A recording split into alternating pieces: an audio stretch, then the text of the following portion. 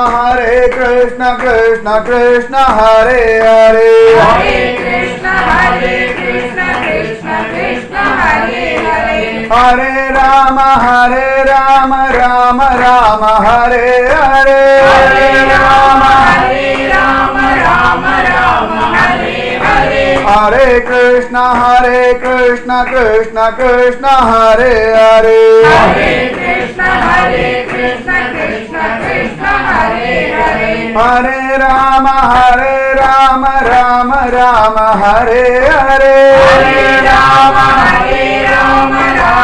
Rama Hare Hare, Hare Krishna Krishna Krishna Hare Hare, Hare Krishna Krishna Krishna Hare Hare, Hare Rama Rama Rama Hare Hare, Hare Rama Rama Hare Hare, Hare Krishna Krishna Krishna Hare Hare, Hare Krishna Krishna Krishna Hare Hare, Hare Rama Rama Rama Hare Hare, Hare Rama Rama Hare Hare, Hare Krishna Krishna Krishna Hare Hare, Hare Krishna Krishna Hare Hare, Hare Rama Rama Rama Hare Hare, Hare Rama Rama Hare Hare, Hare Krishna Krishna Krishna Hare Hare, Hare Krishna Krishna Hare Hare, Hare Rama Rama Rama Hare Hare, Hare Rama Rama Hare Hare, Hare Krishna Krishna Krishna Hare Hare, Hare Krishna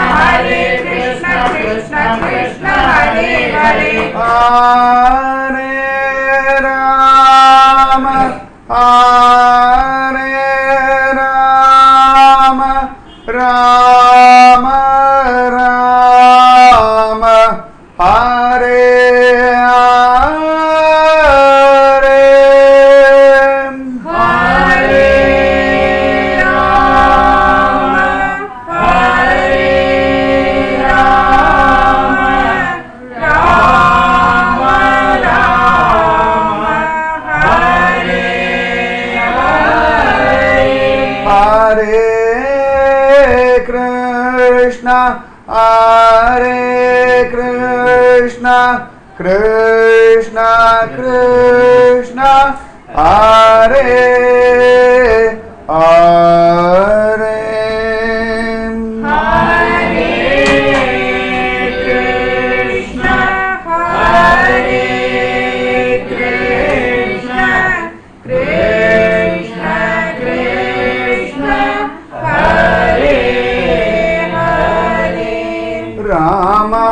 Ramanujadhaya Patram Jnana-vairagya-bhushanam Srimad-Venkatanathāryam Vande Vedanta-desikam Lakshmīnātha-samarambhām Nātayāmuna-madhyamām Asmadācārya-paryantam Vande Guru-paramparam Yo nityamachyudapadhambuja Tadastatikarani trinaya mene Asmadgurur bhagavadosya Ekasindhoho Ramanujasya charanau sharanam prabhadye Bhujam sharasya mahadahvaya bhattanatha Shri Bhakti Sara Kulasekara Yogi Vahan Bhaktangri Renu Parakala Yadindra Mishran Srimad Parankusamunim Pranatosmi Nityam Nama Sankirtanam Yasya Sarva Papa Pranashanam प्रणामो दुःखशमनः तं नमामि हरिं परं वसुदेवसुतं देवं कंसचाणूरमर्दनम् देवकी परमानन्दं कृष्णं वन्दे जगद्गुरुम्। पुंडलीक सारी का भक्त नाही, पंढरी सारी का क्षेत्र नाही, विठोबा सारी का देव नाही, तुकाराम सारी का सद्गुरु नाही, चंद्रभागा सारी का नदी नाही, आषाढ़ी सारी का महीना नाही, एकादशी सारी का दिन नाही, सत्संगम सारी का सुखम नाही। पुंडलीक वरधारी विठला अद्वेष्टा सर्वभूतानां मैत्रः करुण एव च निर्ममो निरहंकारः समदुःख सुखक्षमी संतुष्टो सततं योगी यतात्मा दृढ़निश्चयः मय्यर्पित मनोबुद्धिः यो मद्भक्त समे प्रियः। अखिलांड कोडी ब्रह्मांड नायकन सर्वलोक रक्षकन सर्वलोक शरण्यन आश्चर्यमान प्रभु जनंगल मेले अक्करे कोंडु सोन्नदुदान भगवत गीता। या स्वयं पद्मनाभस्य मुखपद्मात् विनिश्रुतः அப்படின்றார் வேதவியாசர் மகாபாரதத்தில். இது பகவானுடைய திருமுக மண்டலத்திலேந்து வந்த ஒரு திருவாய்மொழி. யா ஸ்வயம் பத்மநாபஸ்ய முகபத்மாத் வினிஸ்ருதः, பகவானுடைய திருமுகத்தாமரையிலேந்து வெளியில வந்த ஒரு திருவாய்மொழி. அதுல 12வது அத்தியாயம் பக்தி யோகம். அதிலே பகவான் பக்தாளுடைய லட்சணத்தை சொல்றான். அத்வேஷ்டா சர்வபூதானாம், எந்த பூதத்தினிடத்திலையும் துவேஷமில்லாத ஒரு சமத்துவ பாவம். அத்வேஷ்டா சர்வபூதானாம் மைத்ரஹ கருண ஏவச்ச, பொறுமையோட இருக்கிறது, காருண்யத்தோட இருக்கிறது. மைத்ரஹ கருண ஏவச்ச. நிர்மமஹ நிரஹங்காரக, மமகாரம் இல்லாம இருக்கிறது, அகங்காரம் இல்லாம இருக்கிறது. நிர்மமோ நிரஹங்காரக சமதுக்க சுகக்ஷமி, துக்கத்தையும் சுகத்தையும் சமமா பார்க்கக்கூடியவனா இருக்கான். க்ஷமி ரொம்ப நிதானம், பொறுமை இருக்கணும். சமதுக்க சுகக்ஷமி சந்துஷ்டோ சததம் யோகி. சந்துஷ்ட சததம், சததம் எப்பொழுதுமே சந்தோஷமா இருக்க. அடடா மழை பெய்டுத்தே குளிர்றதே, என்னடா இது பாழாப்பன டிசம்பர் வந்துடுத்தே, குளிர்காலம் வந்துடுத்தேன்னு துக்கம் வரப்படாது. சந்துஷ்ட சததம் யோகி யதாத்மா திருட நிச்சயக. ஆச்சரியமா ஆத்மாவிடத்திலே லயப்பட்டவனா இருக்கணும், திருடமான புத்தி உடையவனா இருக்கணும். சந்துஷ்டோ சததம் யோகி யதாத்மா திருட நிச்சயக மையர்ப்பித மனோபுத்தி, என்னிடத்திலே அர்ப்பிதம் பண்ணப்பட்ட மனசையும் புத்தியையும் உடையவனா இருக்கணும்.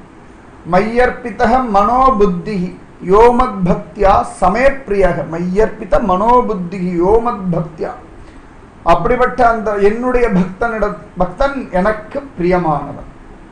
இந்த ஆச்சரியமான ஒரு ஸ்திதியை நம்ம அடையணும். பக்தி அப்படின்றது சுகமானது, சுலபமானது, சிரமம் இல்லாம பண்ணக்கூடியது பக்தி. எனக்கு தெரிஞ்ச உலகத்துல இலவசமா கிடைக்கக்கூடிய ஒரே ஒரு பொருள் பக்தி பகவான் மட்டும்தான். மற்ற எதுவும் இலவசமா கிடைக்கிறது இல்லை. லோகத்தில் எத்தனையோ வஸ்துக்களோட ஃப்ரீ அப்படின்னு ஒன்று கொடுக்குறார். ஆனால் பார்த்தோன்னா அந்த ஃப்ரீ பொருளையும் சேர்த்து பைசா வாங்கிட்டு தான் ஃப்ரீயாக கொடுக்குறார். யாருமே பரவாயில்ல இலவசமாக கொடுப்போம்னு கொடுக்கறது இல்லை. பக்தி பகவான் இது இலவசமாக கொடுக்க எனக்கு தெரிஞ்சு ஒரே வியாபாரி சத்குருநாதன் மட்டும்தான். இலவசமாக கொடுத்துட்டே இருக்கா, நம்ம வாங்கிண்டா போதும், வேற எதுவும் கொடுக்க வேண்டாம். அவ்வளவு விசேஷமானது பக்தியும் பக்தனும் பகவான். ஆச்சரியமானது. இந்த ஒரு ஸ்திதியிலெல்லாம் வாழணும்னா அப்படி இருக்கணும். யாரிடத்துலையும் துவேஷம் இல்லாம காருண்யத்தோட பொறுமையோட சுகம் துக்கம் எல்லாத்தையும் சமமா எடுத்துண்டு அகங்காரம் மமக்காரம் இல்லாம எப்பொழுதும் சந்தோஷமா இருந்தது. எல்லா இடத்துலையும் சமத்துவ புத்தியோட இருந்தா பகவான் எனக்கு பிடிக்கும். அதெல்லாம் லோகத்துல நடக்கிற காரியமா அப்படின்னு தோணி போயிடும் சமயத்துல. ஆனா எத்தனையோ மகாத்மாக்கள் பாரத பூமியில இந்த மாதிரியான ஸ்திதியில வாழ்ந்திருக்கிறார்கள். அதுல சந்தேகமே வேண்டாம். இந்த மாதிரி ஸ்திதியில நன்னா வாழ்ந்திருக்கார்கள். அதுவும் கலியுகத்துல ஆச்சரியமா பல மகாத்மாக்கள் வாழ்ந்திருக்கா. கலி சாது. ஸ்ரீமத் பாகவதம் சொல்றது கலி ரொம்ப சாது. அது யார் ஒழுங்கா இல்லையோ அவளைத்தான் படுத்துறதான். யார் ஒழுங்கா இருக்கா அப்படின்னா பகவன் நாமத்தை சொல்றவாளை பொறுத்த வரைக்கும் கலி புருஷனை பொறுத்த வரைக்கும் ஒழுங்கா இருக்கா அப்படின்னு அர்த்தம். கலி ரொம்ப ஆச்சரியமானது. கலவு தத் ஹரிகீர்த்தனாத் பாகவதம் சொல்றது.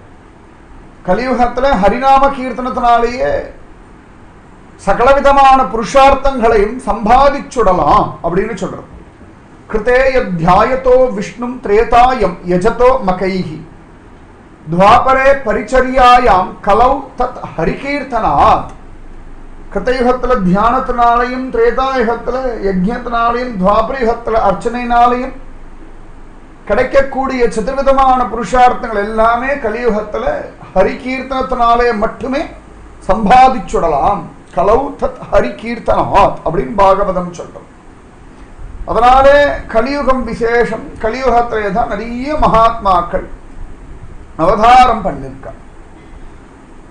ஆச்சரியம். பைட்டன் அப்படின்னு வரணும். பைட்டனிபுரம் அப்படின்னு சொல்லுவா. பைட்டன் அப்படின்னு சொல்றது. அந்த பைட்டன்ல பானுதாசர் அப்படின்னு ஒரு மகாத்மா இருந்தார். ஆச்சரியமான பாண்டுரங்க பக்தர். பானுதாசருடைய சுவாமி அந்த பாண்டுரங்கர். பஜே பாண்டுரங்கா பஜே பாண்டுரங்கா பஜே பாண்டுரங்கா பஜே பாண்டுரங்கா பஜே பாண்டுரங்கா பஜே பாண்டுரங்கா பஜே பாண்டுரங்கா பஜே பாண்டுரங்கா பஜே பாண்டுரங்கா பஜே பாண்டுரங்கா பஜே பாண்டுரங்கா பஜே பாண்டுரங்கா பானுதாச சுவாமி பஜே பாண்டுரங்கா பானுதாச சுவாமி பஜே பாண்டுரங்கா பானுதாச சுவாமி பஜே பாண்டுரங்கா பானுதாச சுவாமி பஜே பாண்டுரங்கா பஜே பாண்டுரங்கா பஜே பாண்டுரங்கா பஜே பாண்டுரங்கா பஜே பாண்டுரங்கா பஜே பாண்டுரங்கா பஜே பாண்டுரங்கா பஜே பாண்டுரங்கா பஜே பாண்டுரங்கா பஜே பாண்டுரங்கா பஜே பாண்டுரங்கா பஜே பாண்டுரங்கா பஜே பாண்டுரங்கா ஞானதேவ பாலகி பஜே பாண்டுரங்கா ஞானதேவ பாலகி பஜே பாண்டுரங்கா ஞானதேவ பாலகி பஜே பாண்டுரங்கா ஞானதேவ பாலகி பஜே பாண்டுரங்கா பஜே பாண்டுரங்கா பஜே பாண்டுரங்கா भजे पाण्डुरङ्गा भजे पाण्डुरङ्गा भजे पाण्डुरङ्गा भजे पाण्डुरङ्गा भजे पाण्डुरङ्गा भजे पाण्डुरङ्गा भजे पाण्डुरङ्गा भजे पाण्डुरङ्गा भजे पाण्डुरङ्गा भजे पाण्डुरङ्गा ஆச்சரியமானவன் பாண்டுரங்கன். அவனிடத்திலே அற்புதமான பக்தி உடையவர் பானுதாசர். பாண்டுரங்கனை மீட்டு கொண்டு வந்தவர் இந்த பானுதாசர். அவருடைய வம்சத்திலே ஆச்சரியமான மகாத்மா அவதாரம் பண்ணார். பானுதாசருடைய பிள்ளை பேர் சக்கரபாணி. அந்த சக்கரபாணியுடைய பிள்ளை பேர் சூரிய நாராயணன். அந்த சூரிய நாராயணருக்கு தான் ஸ்வயம் ஞான தேவரே திரும்பவும் பாரத பூமியிலே பக்திய பிரச்சாரம் பண்றதுக்காக ஏகநாதரா அவதாரம் பண்ணார். ஏகநாத் மகாராஜ் அப்படின்னு சொல்லுவோம். ஆச்சரியமானவர் ஏகநாதர். வார்க்கரி சம்பிரதாயத்தை பொறுத்த வரைக்கும் ஞானதேவர் தான் ஏகநாதரா வந்தார். நாமதேவர் தான் திரும்பவும் துகாராமாக வந்தார் அப்படின்னு காண கிடைக்கிறது. ஆச்சரியம். இந்த ஏகநாதர் குழந்தை பிறந்தது மூல நட்சத்திரத்தில். சாதாரண மூலம் ஆகாது அப்படின்னு சொல்லிடுவோம். ஆனா எத்தனையும் மகாத்மாக்கள்லாம் மூல நட்சத்திரத்தில் தான் அவதாரம் பண்ணியிருக்கா. ஆஞ்சநேயருக்கு மூல நட்சத்திரம் தான். ஆச்சரியமா ஏகநாதருக்கும் மூல நட்சத்திரம். ஆனா அப்பா அம்மா கொஞ்சம் பயந்து போயிட்டா. என்னடா அது மூல நட்சத்திரத்துல குழந்தை பிறந்திருக்கானே அப்படின்னு பயந்து போயிட்டா. ஆச்சரியமா ஏகநாதரே தன்னுடைய தான அபங்கத்துல எல்லாம் சொல்லும் பொழுதும் தன்னுடைய தான ஆச்சரியமான கிரந்தங்கள்ல சொல்லும் பொழுதும் ஏகநாதன் மூலத்துல பிறந்தான். அதனாலேயே தாயும் தகப்பனும் சீக்கிரத்திலேயே மூலத்தில் ஐக்கியமாயிட்டார்கள் அப்படின்னு சொல்றார். மூலம்ன்றது பரபிரம்மம், ஆதி மூலம் அப்படின்னு ஆச்சரியமா கஜேந்திரன் கூப்பிடுறான் இல்லையா? அந்த மாதிரி இவ அப்பா அம்மா பயத்திலேயே ஆச்சரியமா மூலமாகிய தத்துவத்துல பரமாத்மாவோட இரண்டரை கலந்துட்டார்கள். ஏகநாதனை அவனுடைய தாயாரும் தகப்பனாரும் இருந்து வளர்த்து அனுபவிக்கல, தாத்தாவும் பாட்டியுமா இருந்து வளர்த்துண்டு வரார்கள். குழந்தை சின்ன வயசுலயே அதுக்குரிய சம்ஸ்காரங்கள்லாம் பண்ணி வச்சுட்டா. பிராமண வம்சத்துல பிறந்த குழந்தை ஆச்சரியமா பிறந்ததுலேருந்தே பக்தி. தாய் தகப்பன் தாத்தா பாட்டி எல்லாரும் பானுதாசருடைய வம்சம் அல்லவா? அதனாலே அற்புதமான பக்தி குழந்தைக்கு வந்துடுத்து. பக்தி விஷயத்துல ரொம்ப ஈடுபாடு. ரொம்ப ஆச்சரியமா ரொம்ப சமத்தா இருந்தான், ஜோரா இருந்தான். அழகா பஜனை எல்லாம் கேட்டுப்பான். எங்கேயாவது புராண பிரவச்சனங்கள்லாம் நடந்தா அழகா கேட்டுப்பான். விதவிதமா கதைகள்லாம் கேட்டுட்டு பதில் கேள்வி கேட்பான். சில பௌராணிகர்கள்லாம் சொல்லிடுவாப்பா, உன் கேள்விக்கெல்லாம் எங்களுக்கு பதில் சொல்ல தெரியாது, நாங்கள் ஸ்லோகத்தை மனப்பாடம் பண்ணியிருக்கோம், கதையை மனப்பாடம் பண்ணியிருக்கோம், பிரவச்சனம் பண்ண எங்களுக்கு தெரியும், இதுக்கு மேலே தத்துவார்த்தம் எல்லாம் எங்களுக்கு தெரியாது அப்படின்னு சொல்லிடுவான். சில பேர்லாம் வந்து இந்த குழந்தை கேள்வி கேட்டானா உனக்கு பக்குவம் வரட்டும் சொல்றோம் அப்படின்னு சொல்லிட்டு விட்டுடுவாளாம். ஆனா எல்லாருமே வந்து தாத்தா பாட்டின் இடத்துல இவன் ஆச்சரியமான சத்புருஷன், இல்லாட்டி இந்த மாதிரியான ஒரு சிந்தனை இந்த மாதிரியான ஒரு கேள்விகள்லாம் கேட்க தோணாது அப்படின்னு சொல்லி எல்லாரும் கொண்டாடின்னு இருக்கா. குழந்தைக்கு 6 வயசு ஆயிடுத்து. அழகா யஜ்ஞோபவீத தாரணம் பண்ணிட்டான். ஜோரா அந்த குழந்தை ஒவ்வொரு நாளும் திரிகால சந்தியாவந்தனம், காயத்ரி ஜபம் இதெல்லாம் பண்ணிட்டு இருக்கான். விஷயங்கள் எல்லாம் கத்துக்கிறான், வேத விஷயங்கள்லாம் கத்துக்கிறான். ஆனாலும் மனசுல திருப்தி ஆகலை. அதாவது நிறைய விஷயங்கள் படிச்சோம்னா புத்தி திருப்தி ஆகும், ஆத்மா பிரசன்னமாக.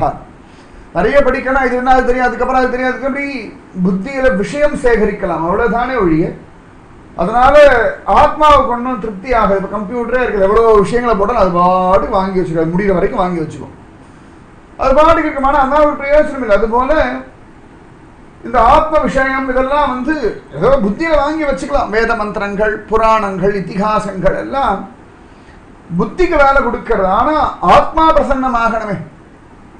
இந்த ஏகநாதர் பார்த்தானா, என்னடா அது இவ்வளவு படிச்சிருக்கோம், எல்லாம் பண்றோம், ஆனாலும் ஹிருதயம் பிரசன்னமாகலே அப்படின்னு தோணித்தான். அப்ப எதிர்ச்சியா இப்படி சிந்தனை பண்ணிட்டு இருந்தார்.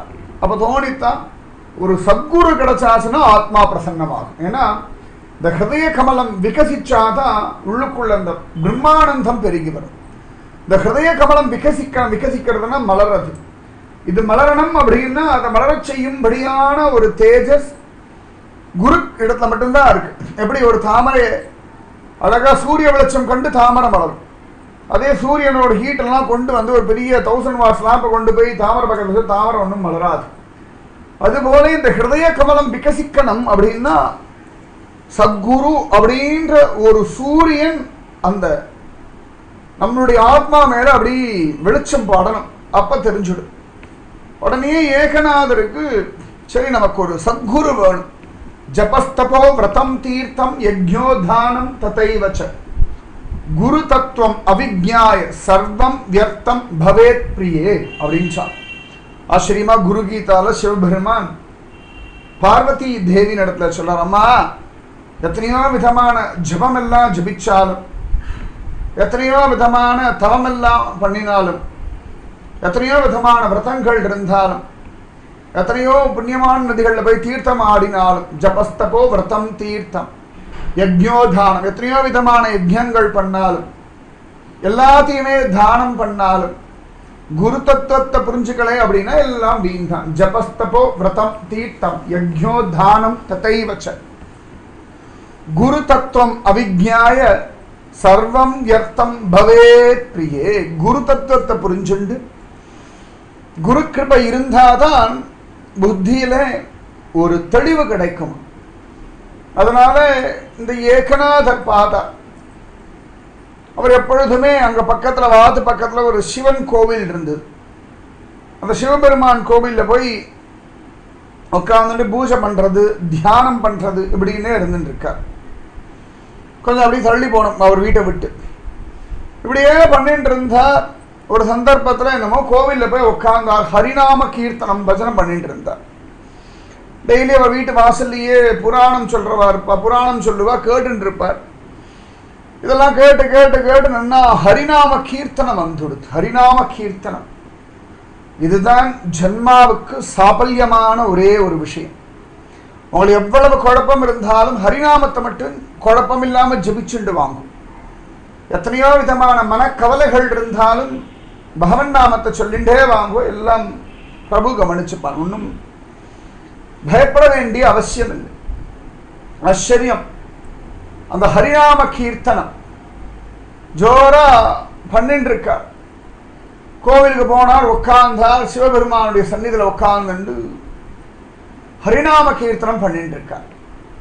ஆகாரம் எல்லாம் மறந்துவிட்டா என் ஆத்மா பிரசன்னம் ஆகணும் அப்படின்னு சொல்லிட்டு இந்த கோவில்லையே உட்கார்ந்து இவர் பாட்டுக்கு நாமஜபம் பண்ணிக்கொண்டே இருக்கார். ஒரு நாள் ஆச்சு, 2 நாள் ஆச்சு, 3 நாள் ஆச்சு, சுய பிரஜையே இல்லை. அவளுக்கெல்லாம் குழந்தை எங்க போனான்னே தெரியல, பயப்படுறா, நடுங்கறா. ஆனா அவருக்கு எல்லாம் மறந்து போயிடுது. நான் என்னுடைய ஆத்மா பிரசன்னமாகணும், இந்த பூமியில நான் வந்த காரியம் என்னன்னு தெரியணும், நான் பரமாத்மாவை அனுபவிக்கணும், பரமாத்மாவை பிரத்யக்ஷத்துல பார்க்கணும் அப்படின்னு சொல்லிட்டு அந்த ஏகாகிர சிந்தனையோட அங்க உட்கார்ந்து ஹரிநாம சங்கீர்த்தனம் பண்ணிட்டு இருக்க. 3 நாள் ஆயிடுத்து. அஷரீரி சப்தம் ஆச்சரியமா சொல்லிடுத்து. தேவ்கட் அப்படின்னு ஒரு இடம் இருக்கு, அங்க போ. அந்த இடத்துல போயாச்சுன்னா ஜனார்தனர் அப்படின்னு ஒருத்தர் இருக்கார். அவரையே நீ போய் குருவா ஏத்துக்கோ, அவர் உனக்கு பரமாத்மாவை அடையறதுக்கான உபாயங்களை சொல்லி கொடுப்பார் அப்படின்னு அஷரீரி சப்தம் கேட்டுடுத்து. உடனே ஏகநாதர் பரம சந்தோஷமா சிவபெருமான சாஷ்டாங்கமா சேவிச்சுட்டு நமஸ்காரம் பண்ணிட்டு தேவ்கட் அப்படின்ற அந்த இடத்துக்கு போறார். ஜோரா ஆச்சரியமா அங்க போறார். அங்க ஜனார்தன சுவாமி இருக்கார். ஆச்சரியமானவர். அவர் நல்ல பிராமணர், நல்ல விஷயம் தெரிஞ்சவர், வைராக்கியசாலி, முகம்மதிய பாதுஷாவின் இடத்துல வேலை பண்றவர். அந்த வேலையிலையும் ரொம்ப சமர்த்தர், ஆத்ம விஷயத்திலையும் சமர்த்தர். இப்படிதான் இருக்கணும். அதாவது பக்தியிலையும் வசந்து வரணும், சாதாரண லௌகீக வாழ்க்கைன்னு சொல்றோம் பாருங்க, அதுலேயும் வசந்து வரணும். ரெண்டுத்திலையும் அப்படியே கூடவே பிரயாணம் பண்ண முடியும். இதை விட்டுட்டு அது, அதை விட்டுட்டு இது, அப்படி கிடையாது. நிறைய பேருடைய தப்பான அபிப்பிராயம் என்ன அப்படின்னா, இந்த விஷயத்தை ஈடுபட்டோம்னா பக்தி விஷயத்துல வளர முடியாது, பக்தி விஷயத்துல வளர்றவா இந்த விஷயங்கள்ல கோட்டை விட்டுடுவா அப்படின்லாம் கிடையாது. அப்படிலாம் நினைச்சுட்டு இருக்கு. அப்படி கிடையாது. விவேகானந்தர் பார்த்தோம்னா ரெண்டுத்திலையுமே பெரிய பக்தியிலையும் ஜோர். அவருக்கு இருந்த மாதிரி ஞாபக சக்தி, அவருக்கு இருந்த மாதிரி விஷய ஞானம்லாம் நிஜமாவே யாருக்குமே கிடையாது. ஒரு சந்தர்ப்பத்தில் விவேகானந்தர் இப்படி போயிட்டு இருந்தார். சில இள வயசு வாலிபர்கள்லாம் அப்படி துப்பாக்கி வச்சு அப்படி சுட்டுட்டு இருந்தார். அப்படி சுட்டுட்டு இருந்தால் விவேகானந்தர் பார்த்தார், சிரிச்சா. ஏன்னா உனக்கு சுட தெரியுமான்னா குடும்பம்னார். வாங்கினா அழகாக பார்த்தார், ஒரே ஷாட்லேயே கரெக்டாக ஏம் அடிச்சு விட்டார். உடனே அவ கேட்டா, வா ஃபர்ஸ்ட் கிளாஸ், எவ்வளோ வருஷம் எக்ஸ்பீரியன்ஸ் அப்படின்னா, இப்போ தான் ஃபஸ்ட் டைம் நான் துப்பாக்கி எடுக்கிறேன் அப்படிங்க விவேகானந்த். வெரி ஃபஸ்ட் டைம் அப்படிங்க. நடுங்கி போயிட்டா வாழலாம். Very first time your handling, அவ்வளோ ஹேண்டில் பண்ணுறே அப்படின்னு விட்டாலாம். அந்த புத்தி பலம் முடியும். பிரஹ்லாதன், துருவன் பக்தியிலையும் ராஜாக்களா இருந்தா, சாதாரணமாகவும் ராஜாக்களா இருந்தா. ஜனக மகாராஜா கர்மயோகத்துல ராஜாவா இருந்தா. ஆச்சரியம் நிஜமாவே.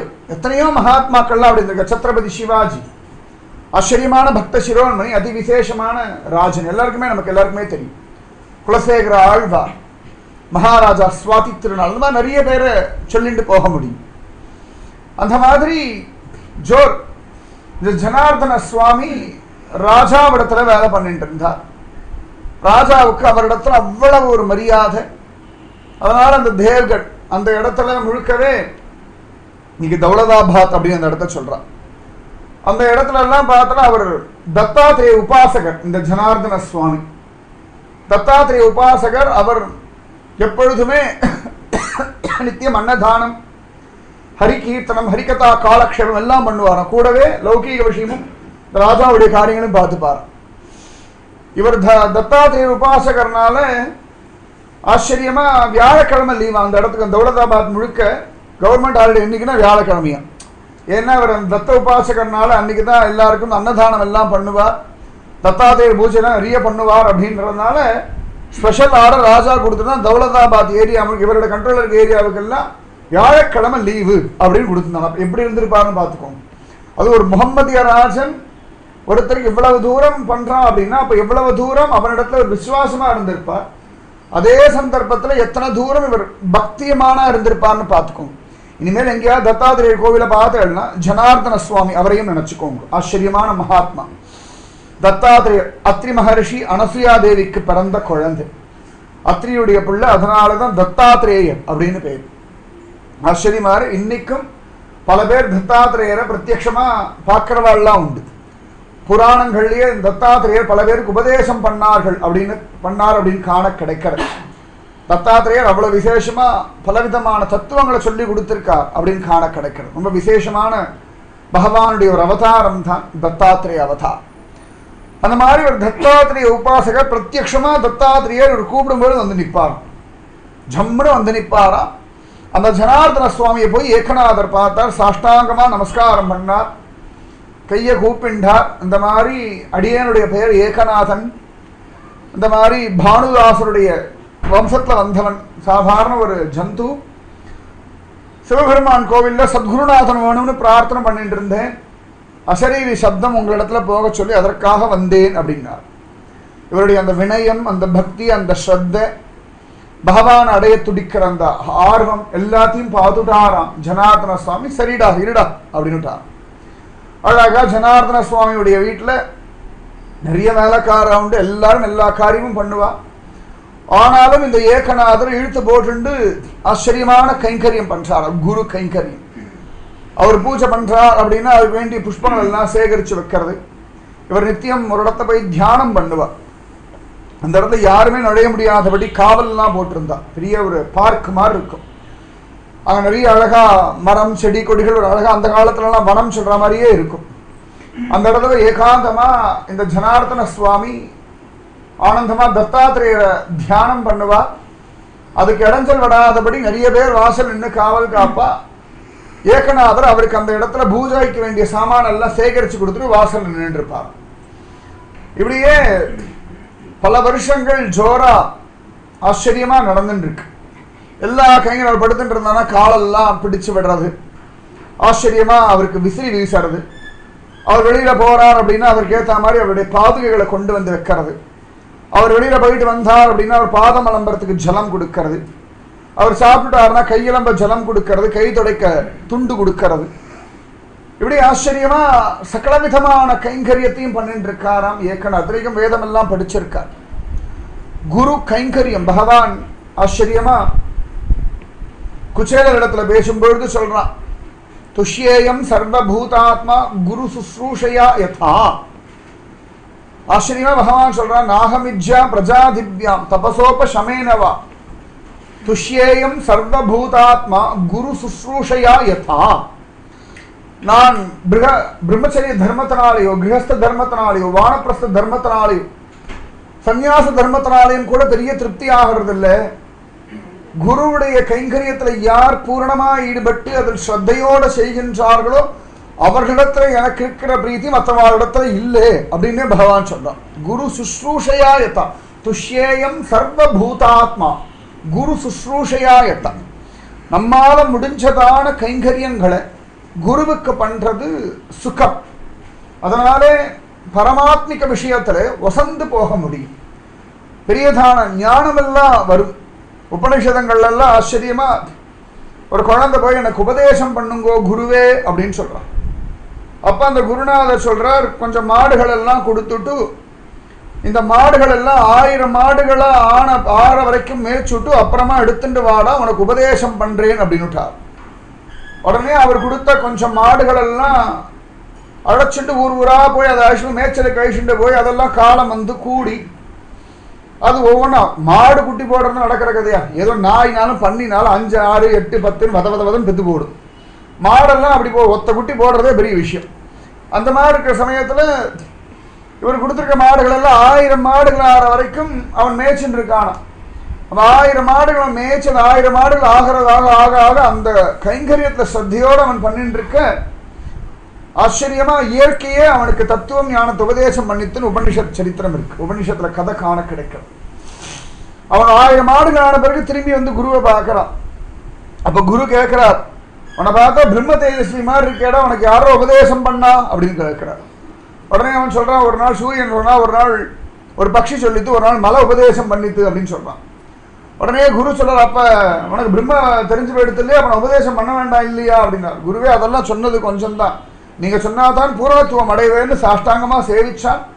அதன் பிறகு அந்த குரு அவனுக்கு பிரம்ம தத்துவத்தை உபதேசம் பண்ணா அப்படின்னு உபனிஷத்துல காண கிடைக்கிறது. குரு கைங்கரியம் அத்தனை அற்புதமானது. நிஜமாவே ஒரு நாளும் நம்ம குருவுக்கு பண்ண கைங்கரியமானது வீண் போகாது.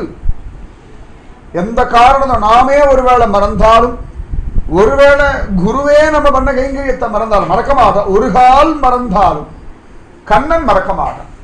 கண்ணன் கவனிச்சுட்டே இருக்காரா எந்தெந்த சிஷ்யா அவாவாளுடைய குருக்கு என்னெல்லாம் கைங்கரியங்கள் எந்தெந்த சந்தர்ப்பங்கள்ல பண்ணார்கள், எப்படியெல்லாம் பண்ணார்கள்னு ரொம்ப ஜோரா பிரபு கவனிச்சுட்டே வரான். சத்தியம். ஏன்னா பகவானே சாந்திபனி முனிவருக்கு அவ்வளவு தூரம் கைங்கரியம் பண்ணியிருக்கான் அப்படின்னு ஸ்ரீமத் பாகவதத்துல காண கிடைக்கிறது. குருவுக்கு பண்ண கைங்கரியம் தான் சுதாமா குச்சேலருக்கு ஆச்சரியமா கிருஷ்ணன் அனுபவிக்கிற பாக்கியம் கிடைச்சது. குருகுலவாசம் அப்படின்னு ஒண்ணு இவருக்கு இல்லை அப்படின்னா, குச்சேலருக்கு இல்லை வச்சுக்கோங்களேன். சுதாமாவுக்கு சாந்திவனி ஆசிரமத்துல ஒரு குருகுல வாசம் இல்லை அப்படின்னா கிருஷ்ணன் சகா அப்படின்ற ஒரு பாக்கியமே கிடைச்சிருக்க. கிருஷ்ணனுடைய பால்ய ஸ்நேகிதன்னு சொல்ற ஒரு பாக்கியம் கிடைச்சதுன்னா சாந்திபனின்ற குருவுடைய சிஷ்யன்ற ஒரு அதிகாரம் சுதாமாவுக்கு அவ்வளவு பெரிய பாக்கியத்தையே கொடுத்துடுது. அதனால குரு கைங்கரியம் அப்படின்றது ரொம்ப வசதி. அஸ்ரத்தை இல்லாம நம்மால முடிஞ்சதான கைங்கரியத்துக்கு குரு பண்ணிட்டே வர வர வர வர வர வர நிஜமாவே நம்முடைய புத்தியிலையும் சரீரத்திலையும் ஜீவிதத்திலையும் மாற்றம் உண்டாகிறத, பரமாத்ம விஷயத்துல நமக்கு ஈடுபாடு உண்டாகிறத கண்கூடா பார்க்கலாம். ஸ்வயம் அனுபவத்துல ஒரு சிஷ்யனா இருந்து இந்த வார்த்தையை சொல்றேன். நிஜமாவே ஒரு ஸ்திதிக்கு அப்புறம் தான் உபன்யாசம் பல ஊர்களுக்கு வர்றது.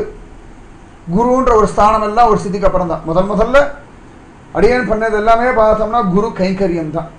இந்த குரு கைங்கரியம் தான் இன்னைக்கு இப்படி உட்கார வச்சு மகாத்மாக்களுடைய வைபவத்தை சொல்ல வச்சிருக்கு. அந்த குரு கைங்கரியம் தான் இன்னைக்கு பல ஊர்களில் பாகவதம் பிரவச்சனம் பண்றதுக்கும், ஸ்ரீமத் ராமாயணம் பிரவச்சனம் பண்றதுக்கும், வெளிநாடுகளில் போய் அங்கே இருக்கிற பக்தாளுக்கு உபதேசம் பண்றதுக்கும், இல்லைன்னு சொன்னால் எத்தனையோ இன்டர்நெட்ல விஷயங்கள், நல்ல விஷயங்கள்லாம் பண்றதுக்குமான பாக்கியம் எல்லாம் கிடைச்சதுன்னா அடிப்படை குரு கைங்கரியம். குரு கைங்கரியம் தான் இன்னைக்கு எதுவாக இருந்தாலும் என் பகவான் காப்பாற்றுவான்னு ஒரு திருடம் இருக்கு இன்னைக்கு. அப்படின்னா குருவுக்கு பண்ண கைங்கரிய பலம். வேற எதுவுமே என்னிடத்துல பலம் கிடையாது.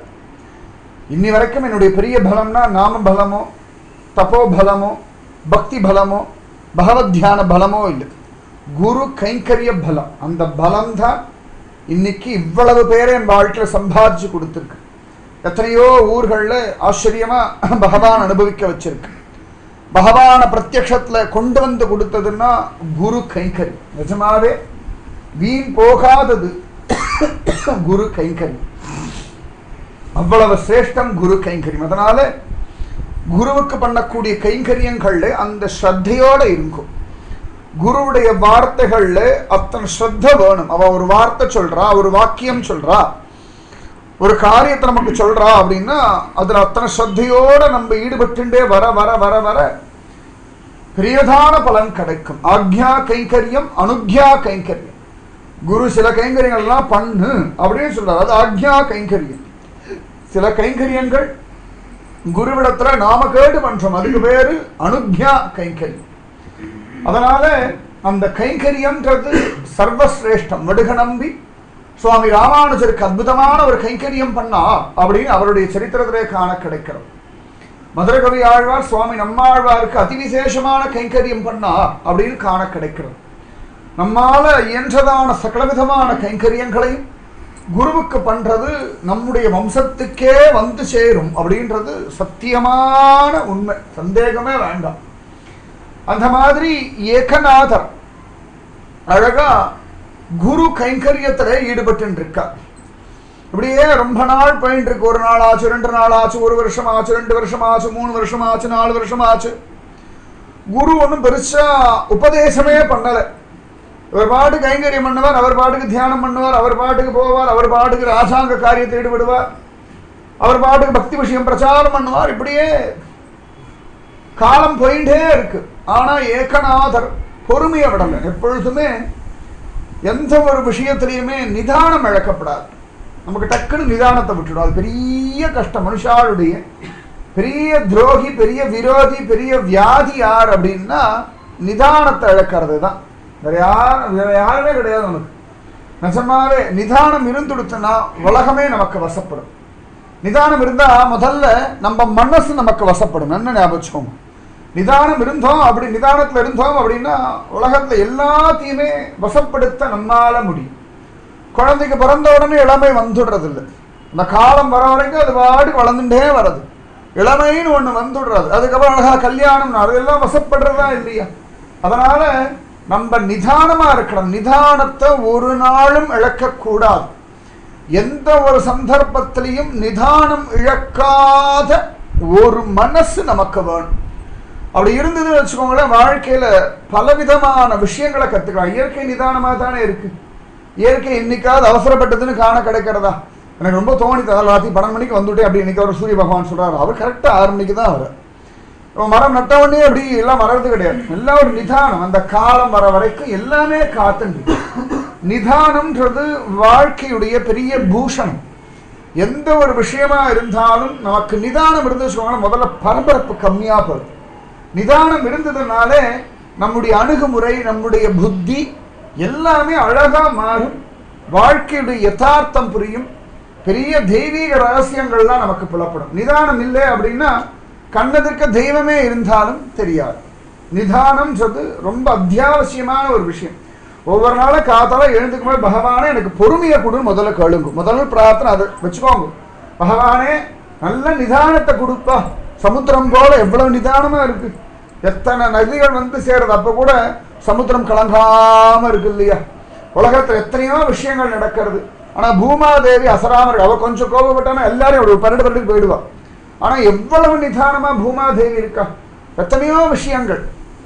அந்த நிதானம் தெய்வத்துக்கு ஏன் இவ்வளவு தூரம் மரியாதை பண்றோம் அப்படின்னா, தெய்வத்துக்கு அத்தனை நிதானம் இருக்கு. பார்க்கலாம் பார்க்கலாம் பார்க்கலாம் பார்க்கலாம் பார்க்கலாம் பார்க்கலாம். அந்த நிதானம் அவசியம். இன்னைக்குமே பார்த்தோம்னா நிதானம் பொறுமை அப்படின்னா ஏகநாதரைத்தான் சொல்லுவார். அவர் வாழ்க்கையில அவர் வச்சுட்டு இருந்த தலையாய தர்மம் எதுன்னா நிதானம். முதல்ல நமக்கு எல்லாருக்கும் நிறைய வரணும், கொஞ்சம்லாம் கிடையாது. நம்ம எப்படி கம்பேர் பண்ணிக்கலாம், அவளை மாதிரி நான் இல்லைன்னு கம்பேர் பண்ணிக்கலாம். அவ்வளவுதானே. உங்களோட மோசமான ஒருத்தரை பார்த்து அவன் ஏன் அவளை அவசரப்படுறா, நம்ம நிதானமா இருக்கோம். நம்மளை விட நிதானமா இருக்கிறவாள்லாம் உண்டு. அந்த ஹாஸ்பிட்டல்லாம் போய் பார்க்கலாம். எத்தனையோ விஷயங்கள். நம்ம யாராவது பேஷண்ட் போனோம் அழிச்சுட்டு போற டென்ஷனா இருப்பா. டாக்டர் நர்ஸ் வரலாம், ஆராம்சே அப்படி உட்காருங்கோன்பா. அப்பவாத நம்மளோட அவ நிதானமா இருக்கா. நம்ம ஒரே ஒரு பேஷண்ட் அழிச்சுட்டு போயிட்டு தையத்தக்கன்னு குதிப்போம்.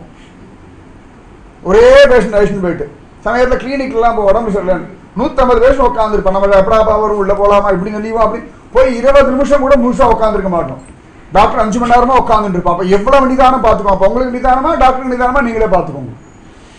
ஆனா நம்ம டைம் ஆயிடுச்சுன்னா 25 நிமிஷம் பேசுவோம். டாக்டர் அப்பயும் பொறுமையாக கேட்டுட்டு இருப்பார். அப்போ வெளில இருக்கும், என்னடா எவ்வளோ நேரம் ஆச்சு. அப்போ அங்கேயே பாருங்க, நம்ம உடம்பு முடியலன்னு போகிறோம். நமக்கு இருக்கிற நிதானமே இல்லை. டாக்டருக்கு எவ்வளவு நிதானம் இருக்கு. அந்த மாதிரி நிறைய விஷயங்கள் பார்த்துட்டு நீங்க போயிட்டே இருக்கலாம்.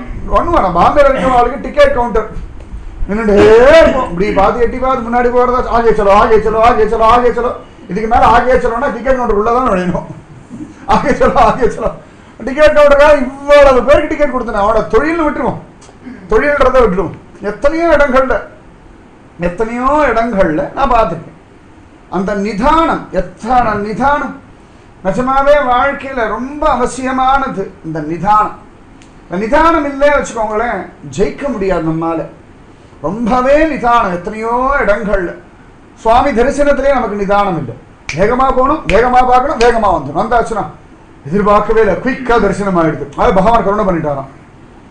எதிர்பார்க்கவே இல்லை, பாண்டவன் கிருபை பண்ண உடனே தரிசனம் கிடைச்சிடுது. லேட் ஆயிடுது, என்னமோ 6 மணி நேரம் ஆயிடுது. நிஜமா 6 மணி நேரம் தரிசனம் ஸ்பெஷல் தரிசனம். நிறைய பேர் நினைச்சிட்டு இருக்கா உடனே பார்த்தா ஸ்பெஷல் தரிசனம். என்னை பொறுத்த வரைக்கும் எத்தனை லேட் ஆகிறதோ அதுதான் விஐபி தரிசனம். ஏன்னா பகவான் கொஞ்சம் இரு, நீ இரு, எனக்கு நீ என் கூட இருக்கணும். இப்போ நம்ம யாராவது வந்துருந்தா வச்சுக்கோங்களேன், நமக்கு ரொம்ப பிடிச்சவனா கொஞ்சம் இரு விடவே மாட்டான் வாழ. அதை நம்ம பிடிக்காதனா சீக்கிரம் சரி சந்தோஷம் கடகடன்னு பேக் பண்ணிடுவோம். நமக்கு ரொம்ப பிடிச்சவான்னா இரு இப்போ என்ன அவசரம், இரு காஃபி சாப்பிட்டு போகலாம், இரு மத்தியானம் டிஃபன் சாப்பிட்டு போகலாம், இரு எவ்வளவு முடியுமோ அவளை நம்மளை விட்டு அனுப்பாமல் வச்சுக்கோம். எப்பெல்லாம் கோவில் போய் லேட் ஆகிறதோ அப்பெல்லாம் ரொம்ப சீக்கிரம் ஏன்டா பகவானே கோவமாடா, சீக்கிரம் அனுப்பிட்டியாடா, துரத்திக்கியாடா வெள்ளன்னு தோணும். சத்தியமா சொல்லும். எத்தனை பகவான் நிற்க வைக்கிறானோ அத்தனை நம்ம பகவானுடைய ஆளுன்னு கன்ஃபார்ம் ஆகிட்டு இருக்கு. எத்தனை பகவானுக்காக காத்துட்டு இருக்கோமோ அத்தனை நம்மளுடைய பிராரப்த கர்மா அந்த டைம்ல நம்ம பக்கத்துல வராது. அதனால கோவில போனா லேட்டானு பிரார்த்தனை பண்ணுவோம். எல்லாரும் கோவில சீக்கிரம் தரிசனம் தான் பிரார்த்தனை பண்ணுவோம். நிஜமாவே அந்த கோவில்ல எத்தனை சமயமாகிறதோ அத்தனை சுகம். ஏன்னா தரிசனம் ஆகிட்டு ஓடி வந்துட போறோம், அவ்வளவுதான். ஆச்சு, அதுவும் ஒரு வேலை ஆச்சு. இந்த காத்த பல் தேய்க்க அப்பா அட ஒரு வேலை ஆச்சு, மலமூத்திரம் போகணும் அப்பா அட ஒரு வேலை ஆச்சு, டிஃபன் சாப்பிட ஒரு வேலை ஆச்சு, பாம்பே ட்ரெயின்ல ஏறி ஆச்சு ஒரு வேலை ஆச்சு, அப்போ போய் நின்னா ஒரு வேலை ஆச்சு, உட்காந்தா ஒரு வேலை ஆச்சு, எல்லாம் ஆச்சு. திங்கக்கிழமை சனிக்கிழமை அப்பா அட சனிக்கிழமை வந்தா ஆச்சு. ஆனா ஒரு அனுபவம் இல்லை. லேட்டாக அந்த விஷயத்துக்கு ஒரு மரியாதை உண்டு. நிதானம், ஏகநாதர் அப்படின்னாலே நிதானம், அந்த பொறுமை அவசியம். வாழ்க்கையில நிஜமாவே பொறுமை இருக்கிறவன் ஜெயிச்சிடுவான். பொறுத்தார் பூமி ஆழ்வார் அப்படின்னு நிஜமாவே பொறுமை இருக்கிற உலகத்துல எத்தனை பெரிய வேணா காரியத்தை சாதிக்க முடியும். இன்னைக்கு ஆட்டோல நாங்கள் வந்துட்டு பெரிய டிராஃபிக்ல மாட்டின்றோம். நான் நினைச்சேன் ஏகநாதர் கதைக்கு ஏற்ற மாதிரி நமக்கு பொறுமை இருக்கா இல்லைன்னு பகவான் டெஸ்ட் பண்றோம். ஏன்னா இத்தனை வருஷம் நான் பாம்பே வந்திருக்கேன், ஒரு தடவை கூட அந்த இடத்துல ஒரு நாள் கூட டிராஃபிக் ஜாம்ல நான் மாட்டினவனே கிடையாது. அப்படியே மாட்டினாலும் 5 நிமிஷம் கடை கொஞ்சம் அப்படி கிளியர் ஆகும். இன்னைக்கு நாங்களும் உட்காரோம். ஒரு வண்டி முன்னாடி போகல, ஒரு வண்டி எதிர்க்க வரல, 15 நிமிஷம் நான் அசந்து போனேன். சரி நீ ஏகநாதர் கதை சொல்றதுக்கு நமக்கு தகுதி இருக்கா இல்லையா அப்படின்னு விட்டலன் தீர்மானம் பண்ணி பரீட்சை பண்றோம். நிஜமாவே எனக்கு நினைச்சு சிரிப்பு வந்துட்டு இருந்தது. அதுக்கப்புறம் 15 நிமிஷம் சரி இந்த வண்டி போகாத இறங்கி அதுக்கப்புறம் பொறுமையா நடந்து வந்து அப்புறம் இன்னொரு ஆட்டோ பிடிச்சி ரிலாக்ஸ்டா வந்தோம். நான் நினைச்சேன் நீ ஏகநாதர் சரித்திரம் சொல்றதுக்காகவே பாண்டுரங்கன் அவ்வளவு அழகா லீல பண்ணா சரி அப்பாடா பாண்டுரங்க ஏதோ நம்ம கிருபா பண்ணிட்டான். ஒருவேளை பரபரப்பா இருந்தா நீ ஏகநாதர் சொல்லியிருக்க மாட்டேன். ஏன்னா இவர் சரித்திரம் சொல்றதுக்கு நிதானம் இல்லாம ஒரு சரித்திரம் சொன்னோம்னா சுகம் இல்லை. அது ஏகநாதர் சரித்திரம்னாலே அத்தனை நிதானம். அசந்து போன இத்தனை வருஷம் பாம்பேல வந்திருக்கேன். ஒரு தடவை கூட இந்த மாதிரி சத்சங்கதி வரும்போது இந்த மாதிரி சமயங்கள்ல டிராபிக் ஜாம்ல நான் மாட்டினதே கிடையாது. இவ்வளவு பயங்கரமான ஒரு டிராபிக் ஒண்ணுமே இல்லை. எங்களுக்கு முன்னாடி ஒரு 2, 3, 4, 5 கார், அதுக்கு முன்னாடி ஒரு பஸ். அவன் திரும்ப முடியாது. அவ்வளவுதான். பிரிட்ஜ் முழுக்க கூட வண்டி இல்லை. அவன் ஒருத்தன் திரும்ப முடியாம கரெக்டா அவனுக்கு முன்னாடி கூட நாங்க வந்திருக்கலாம். கரெக்டா பகவான் நிப்பாட்டி வச்சுட்டான். நான் அசந்து போனேன். அந்த நிதானம் சரி பகவான் நமக்கு இன்னும் நிதானத்தை கொடுக்கிறான் அப்படின்னு நினைச்சீங்க. சத்தியம் வாழ்க்கையில நிதானம் ரொம்பவே அவசியம். நிதானம்ன்றது ரொம்ப முக்கியம். அதுலயும் பக்தி விஷயத்துல, குருவிடத்துல உபதேசம் வாங்கிக்கிற விஷயத்துல, குரு கைங்கரியத்துல நமக்கு ரொம்பவே நிதானம் வேணும். சுவாமி ராமானுஜர் 18 தடவை சளைக்காம திருக்கோஷ்டியூர் போயிட்டு வந்தார். அந்த விடாமுயற்சி, குருவிடத்திலேருந்து உபதேசம் வாங்கிக்கிறதா இருக்கட்டும், குருவிடத்திலேருந்து பக்குவம் அடையறதுக்குரிய விஷயங்களை சம்பாதிக்கிறதா இருக்கட்டும், அந்த நிதானம் வேணும். ஏகநாதர் பொறுமையா பல வருஷங்கள் ஆச்சரியமா ஜோரா அந்த காரியங்கள்லாம் பண்ணிட்டு இருக்கார். எல்லாம் பார்த்து பார்த்து பார்த்து பார்த்து பார்த்து பார்த்து எல்லா காரியத்தையும் பண்றா. நிறைய கணக்கு வழக்கெல்லாம் எழுத சொல்லியிருக்காரு ஜனார்தன சுவாமி.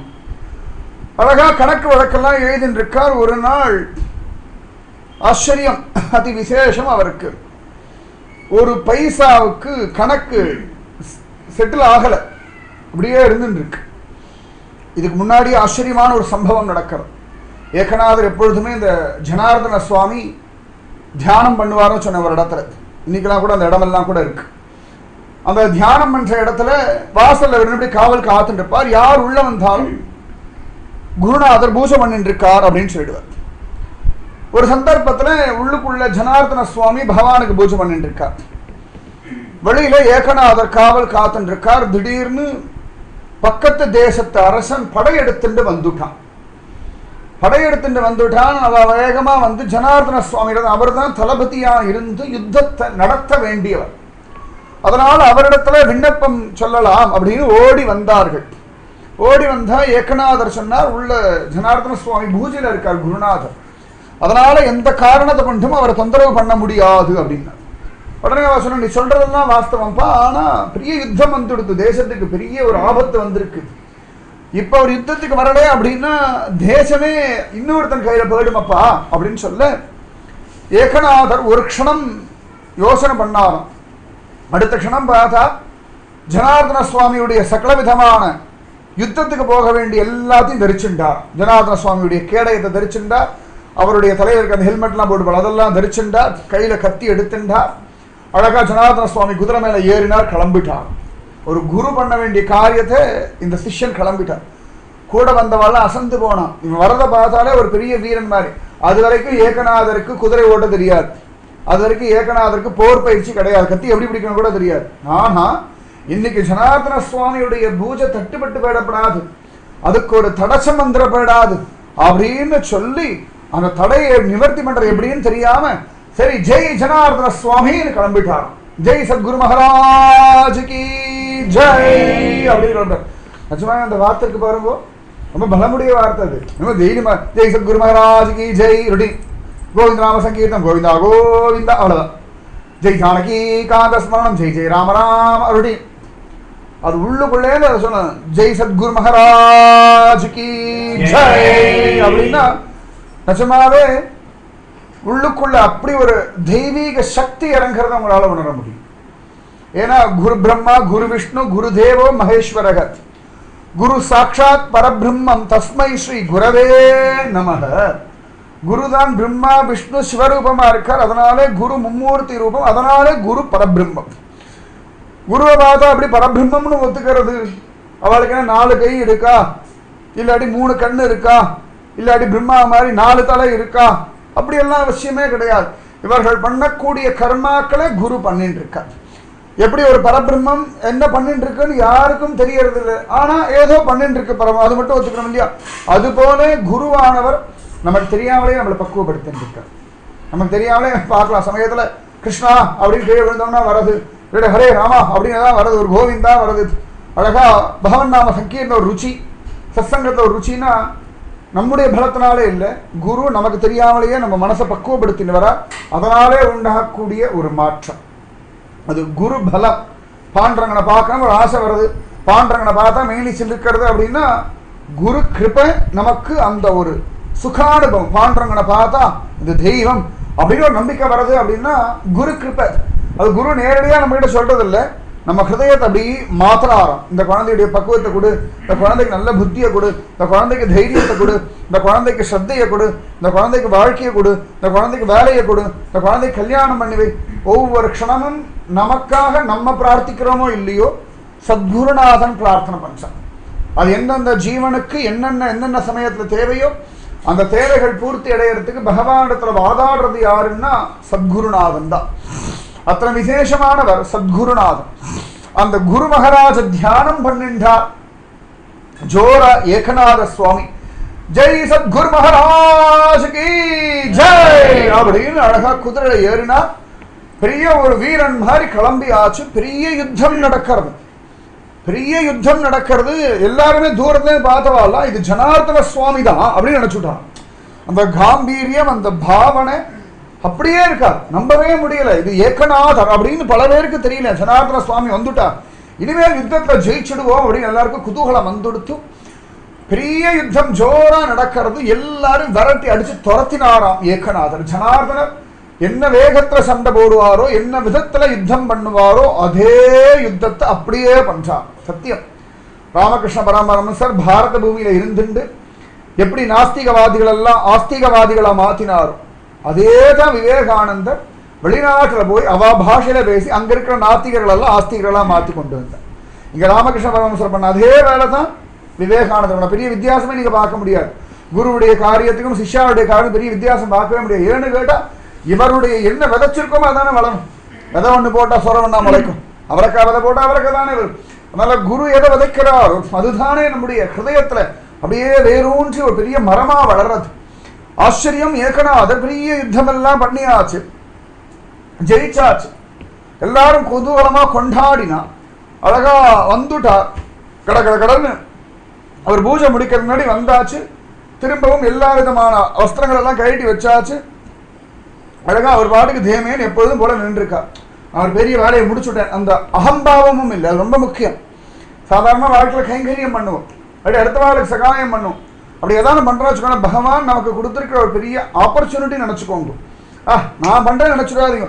நம்ம இருந்தாலும் இல்லைனாலும் ஒரு காரியம் நடக்கணும்னா தெய்வம் யாரை கொண்டாலும் நடத்தி வைக்கும். அதனால நான் ஒன்றும் பண்ண வேணா, சும்மா உட்காந்துருக்கலாம் அர்த்தம் இல்லை. பரவாயில்ல, குருஜி சொல்லிட்டாரு, நம்ம இருந்தாலும் இடம் நடக்க வேண்டியது நடக்கும். அந்த நாள்லேயே மாமிகள்லாம் சமைக்க வேண்டாம், மாமாக்கள்லாம் ஆஃபீஸ் போக வேண்டாம், குழந்தைகள் எல்லாம் படிக்க வேண்டாம், அப்படியே அப்படி அர்த்தம் இல்லை.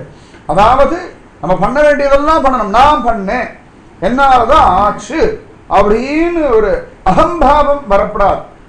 அது வந்துடுத்து வச்சுக்கோங்களேன், நம்ம பண்ண காரியத்துக்கான பூரணமான பிரயோஜனத்தை நம்ம அனுபவிக்க முடியாது. பகவான் கீதையில சொல்றான், கர்மன்யேவ அதிகாரஸ்தே மா பலேஷு கதாச்சனம்.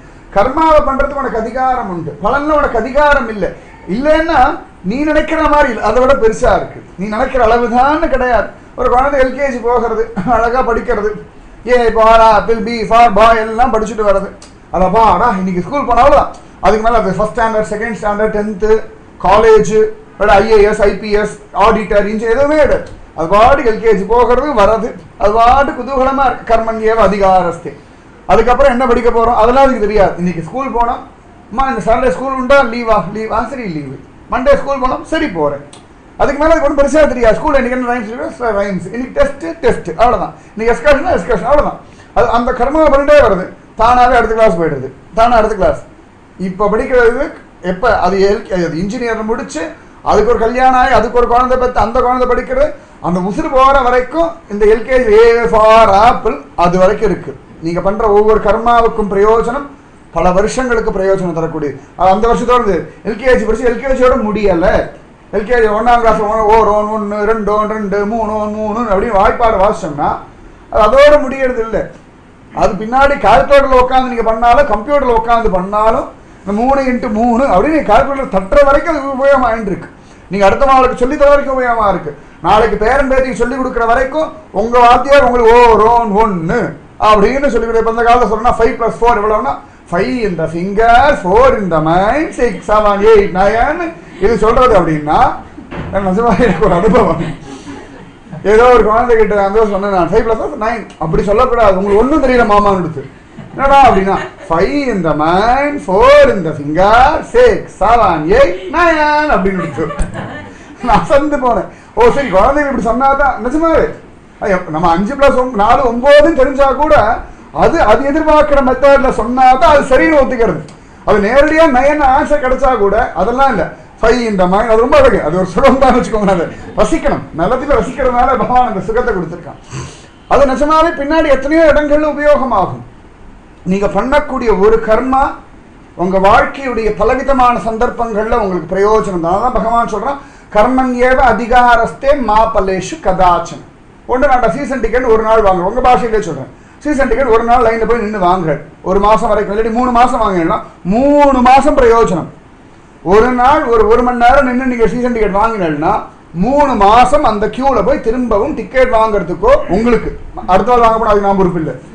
நீங்க வாங்குற சீசன் 3 மாசத்துக்கு நீங்க அது திருப்பி டிக்கெட் கவுண்டர்ல போய் நிக்க வேண்டியதான அவசியம் இல்லை. பார்த்தல அன்னைக்கு பண்ண அந்த ஒரு கர்மா 3 மாசத்துக்கு பிரயோஜனம் தான். அந்த மாதிரி நிறைய விஷயங்கள் சொல்லிட்டு போயிட்டே இருக்கலாம், எத்தனையோ விஷயங்கள். அதனாலதான் பகவான் சொல்றான் கர்மன்யேவ அதிகாரஸ்தே மா பலேஷு கதாச்சன. கர்மாவில் உனக்கு அதிகாரம் உண்டு, பலன்ல உனக்கு அதிகாரம் இல்லை. நீ நினைக்கிற இத்தனோடு பலன் கிடையாது, பெருசா இருக்கு, அதை விட பெருசா இருக்கு. நம்ம இன்னைக்கு பண்ணக்கூடிய கர்மா இன்னையோட முடியல, இது கோடி ஜென்மாவுக்கு கூட வரும். கூறத்தாழ்வான்ற ஒரு மகாத்மா சொல்றார் இந்த ஜீவன் இந்த ஜென்மாவில் ஒரு க்ஷணம் பண்ணக்கூடிய கர்மாவுடைய பிரயோஜனம் பல கோடி ஜென்மாவுக்கு வரும். அது நல்லதாகவும் இருக்கலாம், கெட்டதாகவும் இருக்கலாம், அசட்டுத்தனமா இருக்கலாம், பைத்தியகாரத்தனமா இருக்கலாம், அகம்பாவத்தமா இருக்கலாம். ஆனா அந்த கர்மாவுக்குரியதான பிரயோஜனம் தொடர்ந்து பல ஜென்மாக்கள் வந்துட்டே இருக்கான். நம்ம சமயத்தில் தெரியாது, எங்கேயோ போவோம், டக்குனு எதையாவது தொலைச்சிட, டக்குனு இது உங்களுக்கு தான் யாராவது கேட்பா. இது எப்பயோ ஏதான ஒரு ஜென்மாவில் யாரோ தொலைஞ்சு நம்ம உங்களுக்கு தான் கேட்டிருப்போம். அதோட பயன் இந்த ஜென்மாவில் நம்ம ஏதாவது முக்கியமான தொலைக்கும் பொழுது டக்குனு யாராவது உங்களுக்கு தான் அப்படின்னு கேட்பான். நிறைய உண்டு, இது சொல்லிட்டு போயிட்டே இருக்கலாம். உங்க வாழ்க்கையில் நடக்கக்கூடிய பல விஷயங்கள், அதாவது பதில் தெரியாமல் நடக்கக்கூடிய பல நிகழ்ச்சிகள் எப்படி நடந்ததுன்னே தெரியலன்ற இல்லையா, கர்மாவுடைய பிரயோஜனம், பிராரப்த கர்மாவுடைய பலம். பிராரப்த கர்மானா அது நல்லது கெட்டது எல்லாமே கலந்தது தான் பிராரப்த கர்மம்.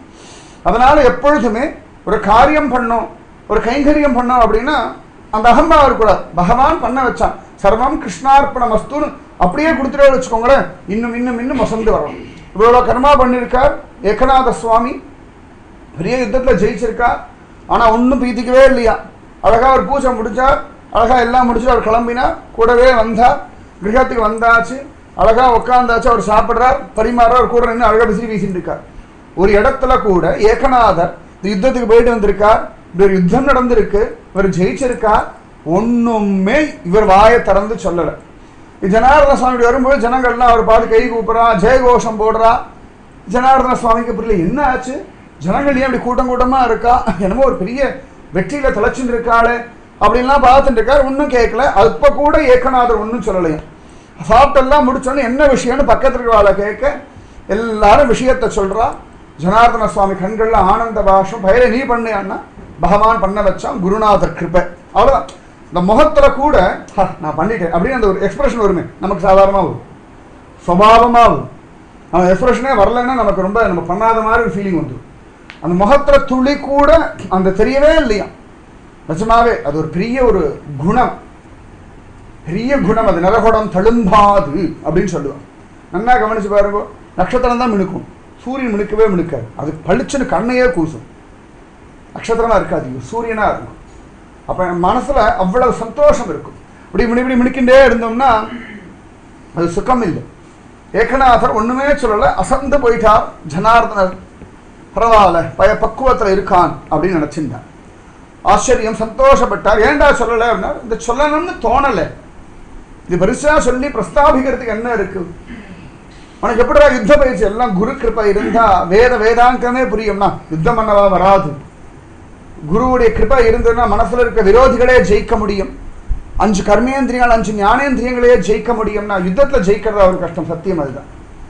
பல விஷயங்கள் நம்ம குரு அடைஞ்சு இதுதானே பார்த்துக்கலாம் அப்படின்னு தோன்றதுன்னா குரு மனசுக்குள்ள அவ்வளவு தைரியத்தை, அவ்வளவு பக்குவத்தை, அவ்வளவு சமாதானத்தை நம்ம கொடுத்துடுறா. நாமஜபம் இருக்கு பார்த்துக்கலாம், தொட்டதுக்கெல்லாம் சரி நாமஜபம் இருக்கு பண்ணலாம் அப்படின்னு தோன்றதுன்னா குரு அந்த ஒரு நம்பிக்கை ஆழத்துல கொண்டு விதைச்சு வச்சிருக்காரு நமக்கு.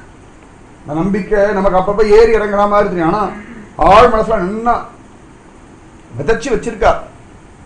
நாமஜபம் வீண் போகாது, நாமஜபம் உன்னை காப்பாற்றும், நாமஜபம் உன் கூட இருக்கு அப்படியே நமக்கு தெரியாமலேயே நம்ம புத்தியில கொண்டு நன்னா பதிக்க வச்சிருக்கார். அதை பதிஞ்சு வச்சிருக்காரு பாருங்க. அது ஒரு நாள் நீங்களே நினைச்சாலும் கூட எடுக்க முடியாது.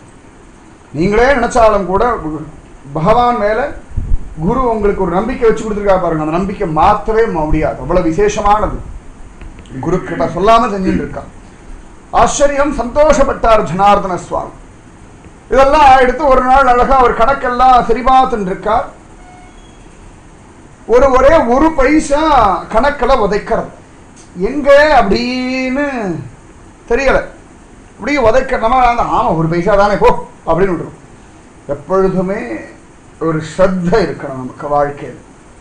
எந்த ஒரு விஷயத்திலையும் ஒரு நிதானம் இருக்கணும், ஒரு ஸ்ரத்த இருக்கணும். ஒரு காரியத்தை அழகா பண்ண அப்பதான் நம்ம மனசுக்கு ஒரு சமாதானம், ஒரு குதூகலம். பல சந்தர்ப்பங்கள்ல நமக்கு சில காரியங்கள்லாம் பண்ணும்பொழுது குதூகலம் இல்லை அப்படின்னா அந்த காரியத்தை பண்ண வேண்டிய முறைப்படி நம்ம பண்ணலை. அதுக்குன்னு அந்த ஒரு ஸ்டேட்டஸ் இருக்கு இல்லையா, இந்த காரியத்தை இப்படி பண்ணா அழகுன்னு. அந்த ஸ்டேட்டஸ் நீங்க பண்ணல வச்சுக்கோங்களேன், உங்க மனசுல அந்த ஒரு குதூகலம் இருக்கும், அந்த உத்வேகம். அந்த குதூகலம் உத்வேகம் தான் வாழ்க்கையுடைய ரகசியம். அது இல்லை அப்படின்னா வாழ்க்கையில ஒரு ரசம் இல்லை. வழியில நீங்க இப்பெல்லாம் பேசலாம் சிரிக்கலாம்னா மனசுக்குள்ள ஒரு வெறுமை இருக்கும். அதனால எப்பொழுதுமே ஒரு காரியம் பண்றோம் அப்படின்னா அது எப்படி பண்ணணுமோ அந்த முறைப்படி பண்றது தான் உத்தமம்.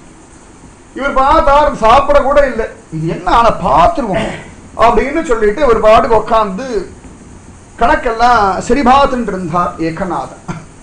பொழுது ஆயிட்டு இருக்க, ராத்திரி ஆயிடுத்து, ஜலம் கூட குடிக்கல, ஏன்னா குடிச்சா உடம்பு களைச்சு போயிடும், தூங்கிடுவோம் அப்படின்னு சொல்லிட்டு விளக்கெல்லாம் வச்சுட்டு அப்படி ஒரு பாட்டுக்கு அப்படி பார்த்து இங்க எங்க விட்டோம், இது பாக்கு எழுதினோமா, சுண்ணாம்பு எழுதினோமா, வெத்தலை எழுதினோமா, நேற்று அந்த வேலைக்காரன் தானே அவனுக்கு சம்பளம் கொடுத்தோமே அது எழுதினோமா, அவனோட கல்யாணத்துக்கு சம்மானம் கொடுத்தாரு அது எழுதினோமா, என்னெல்லாமோ பார்க்க. ஒரு பைசா எங்க போச்சு, யாருக்காக கொடுத்தோமா, எங்க கீழே விழுந்ததா, எல்லாம் கூட்டி கழிச்சு நேரம் போயிட்டே இருக்கு.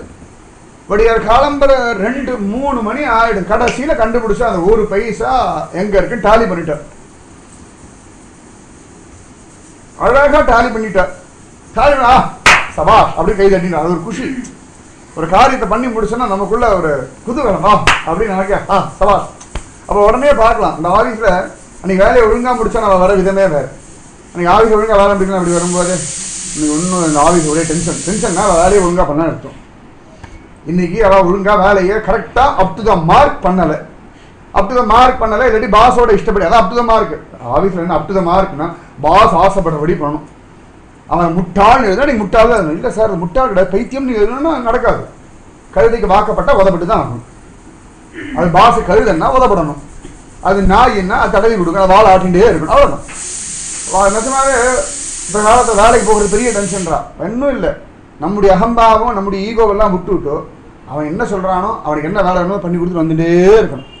நம்ம விஷயத்தை தெரிஞ்சுக்கணும், வேலை பண்ணுற முறையை கற்றுக்கணும். அதுக்கு மேலே நம்ம போய் அட்வைஸ் பண்ணவே கூடாது. அந்த ஒரு நிதானம். அப்போ எப்படி போனாலும் பரவாயில்ல அப்படி அர்த்தம் இல்லை. இந்த விஷயங்களை எந்தெந்த சமயத்தில் சொல்லணும், முதல்ல பாஸ் முதல்ல ஆமான்னு கேட்டுக்கணும். அதுக்கப்புறம் பொறுமையாக எடுத்தோடனே இல்லை. இந்த காலம் நிஜமாவே நிறைய பேருக்கு வேலை பண்ணுற மெத்தடே தெரியறது இல்லை. நிறைய பேருக்கு அடுத்த காலத்தில் பழகிற முறையே தெரியாது. நிறைய பேர் அப்படி ஆஃபீஸ்க்கு போவான், ஏதாவது வேலை இருக்கும், பாஸ் கூப்பிட்டு பேசுவாங்க, அப்போ தான் டைம் பார்ப்பான். அதுக்கு அவன் கடுப்பாயிடுவான்.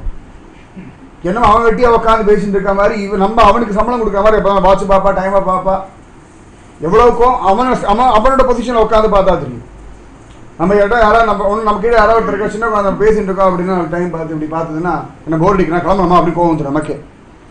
எந்தெந்த இடங்கள்ல எப்படி எப்படி நடந்து கொள்ளணும்னு ஒரு முறை இருக்கு. இது இங்கீதம். நிஜமாவே இன்னைக்கு அந்த இங்கீதம்ன்ற வார்த்தைக்கு அர்த்தமே இல்லாமல் போயிடுது. எந்த இடத்துலையுமே இங்கீதம் இல்லை. எல்லாம் எடுத்தேன் கவிழ்த்தேன், எத்தையோ பேசுறது, எப்படியோ நடக்கிறது. கடைசியில் ஆவி சரியில்லை, பா சரியில்லை, இப்போ எல்லாம் ஒர்க்கிங் மெத்தடே சரி, எதையான எல்லாம் ஒட்டுமொத்தமாக அப்படி குப்பையாக ஒதுக்கிடுவோம். நம்ம தான் வாழ கற்றுக்கணும், இல்லைன்னா பிரயோஜனம் இல்லை. ஏகநாதர் அவ்வளோ அழகா வேலை பண்ணி சபாஷ் அப்படின்னுட்டார். உடனே பின்னாடி யாரும் அப்படி தோலை தட்டினா, யாருன்னு பார்த்தா ஜனார்தன சுவாமி நிற்கிறார். தூக்கி வாரி போட்டது ஏகநாத சுவாமி தூங்கலை. அவர் தூங்கலை வச்சுட்டு அவர் விசிறிலாம் வீசில நல்லா தூங்கினா தெரிஞ்ச பிறகு வந்திருக்காரு. இல்லடாப்பா நீ கை தட்டி சபாஷ் சொன்னது கேட்டுதான் அதான் எழுந்து வந்தேன் அப்படின்னா. உடனே மன்னிச்சுடுங்கோ உங்களோட தூக்கத்தை கெடுத்துறேன். இல்லை இல்லை, உன்னுடைய குதூகலம் முகத்தில் இவ்வளவு பிரசன்னம் எனக்கு தெரியறது, என்ன ஆச்சு, எதுக்கு இப்படி ஒரு குதூகலம் சொல்லு அப்படின்னா. உடனே ஏகநாதர் சொன்னார்ல, ஒரு பைசா டேலி ஆகாமல் இருந்தது, அது கரெக்டாக வரவு செலவு சரியாக டேலி ஆகிடுது அப்படின்னா. உடனேயே ஜனார்தன சுவாமி சிரிச்சா, இது பண்ணதுக்கே உனக்கு இவ்வளவு குதூகலமா? ஜனன மரணம்னு ஒரு டேலி இருக்கேடாப்பா, ஜனன மரணம்னு ஒரு கணக்கு இருக்கே. புனரப்பி ஜனனம் புனரப்பி மரணம் புனரப்பி ஜனனி ஜட்டவே சயனம். இது ஒரு பக்கம் ஜாஸ்தியாண்டே இருக்கு, ஒரு பக்கம் அங்கேயே நிற்கிறது, பேலன்ஸ் ஆகலை இன்னி வரைக்கும். எத்தனையோ ஜனனம் ஆயிடுது, எத்தனையோ மரணம் ஆயிடுது. ஆனா இந்த பக்கம் பார்த்தா ஆத்மானுபவம், பக்தி, பகவன் நாம சங்கீர்த்தனம், பகவத் அனுபவம்னு ஒன்று இருக்கு. இதுக்கு டேலி பண்ணணும். இன்னி வரைக்கும் டேலி ஆகவே இல்லை. புனரப்பி ஜனனம் அதுல டேலி ஆகுமான்னு பார்த்தா மற்றெல்லாம் பண்ணியாச்சு. புனரப்பி மரணம் திரும்பி கணக்கு க்ளோஸ் பண்ணியாச்சு, திரும்பி ஆரம்பிச்சோம் புது கணக்கு. புனரப்பி ஜனனம் இப்படி எல்லாம் பண்ணோம், டேலி ஆகும். திரும்பி புனரப்பி மரணம், திரும்பி புனரப்பி ஜனனம், புனரப்பி மரணம், புனரப்பி ஜனனம், புனரப்பி மரணம், புனரப்பி ஜனனி ஜட்டவே சயனம். பலவிதமான ஆசைகள். ஆசையா பத்தியத்தே லோக கர்மனா பகுச்சிந்தையா ஆயுக்ஷீணம் ந ஜானாபி சொல்றா ரொம்ப அழகா ஆதிசங்கர பகவத்பால். ஆயுசு சீனமாயிட்டு இருக்குன்னு யாருக்கும் தெரியல, இந்த ஆசையை நான் அடையணும், அந்த ஆசையை நான் அடையலை, இது நான் முயற்சிக்கிறேன், அது என்னமோலாம் சொல்றோமே, கடைசியில் ஆயுசு நசிச்சு போயிட்டு இருக்கேன். இந்த ஆயுசை பிடிக்க முடியாத, உலகத்தை திரும்ப சம்பாதிக்க முடியாத, டக்குன்னு ஒரு நாள் இந்த ஜீவிதம் முடிஞ்சு போயிடுமே, ஐயோ புரிய மாட்டேங்கிறது. தஸ்மா ஜாகிரத ஜாகிரத. ஆசையா பத்தியத்தே லோக கர்மனா பகுச்சிந்தைய ஆயுக்ஷீணம் ந ஜானாமி தஸ்மா ஜாகிரத ஜாகிரத. ஆச்சரியம். அந்த மாதிரி இவர் சொல்லிட்டார். அந்த கணக்கு இன்னும் டேலி ஆகலையாடா ஏகநாதா. இப்படி ஏகநாதர் பார்த்தார். அப்படியே பலவிதமான கடகட கடகடன்னு பல முடிச்சுகள் அப்படி விட்டுதான். நம்ம மனசுல பார்த்தா நிறைய அப்படி முடிச்சு முடிச்சு முடிச்சு முடிச்சு முடிச்சா போட்டு வச்சுருப்போம், நிறைய முடிச்சு. இது என்ன ஆகுறதுனா குருவுடைய ஒரு வாரத்தில் டக்கு டக்கு டக்கு டக்குன்னு முடிச்சு விட்டுட்டு வரும். நம்ம ஏதோ குரு சொல்றதை கேட்டு முடிச்சு விடும். இப்படி சொல்லிட்டாரு, உனக்கு அகம்பாவம் இருக்கா, மமக்காரம் இருக்கா, நம்ம ராமஜம் பண்ணிட்டு தானே இருக்கு, இன்னும் பண்ணணுன்றாரு, பண்ணலையோ. இந்த முடிச்சுகள்லாம் நல்லா முடிச்சு, நம்மளுடைய மற்ற முடிச்சுகள்லாம் விழும், அமிழ்ந்து விழும். இந்த முடிச்சு அவ்வளோ அழகா இருக்கும். இவர் இப்படி சொல்லிட்டார். இந்த ஸ்ரத்த, இதே ஸ்ரத்த பகவானை பார்க்கணும்னு வச்சா பார்த்துடலாமேடா அப்படின்ட்டார். அவ்வளோதான். டக்குன்னு உள்ளுக்கு அப்படி பொங்கு வழிஞ்சுதான். ஹா, ஒரு வழி கிடைச்சிடுது. பகவானை பார்க்கறது கஷ்டமே கிடையாது, நல்லா ஞாபகம் வச்சுக்கோங்க.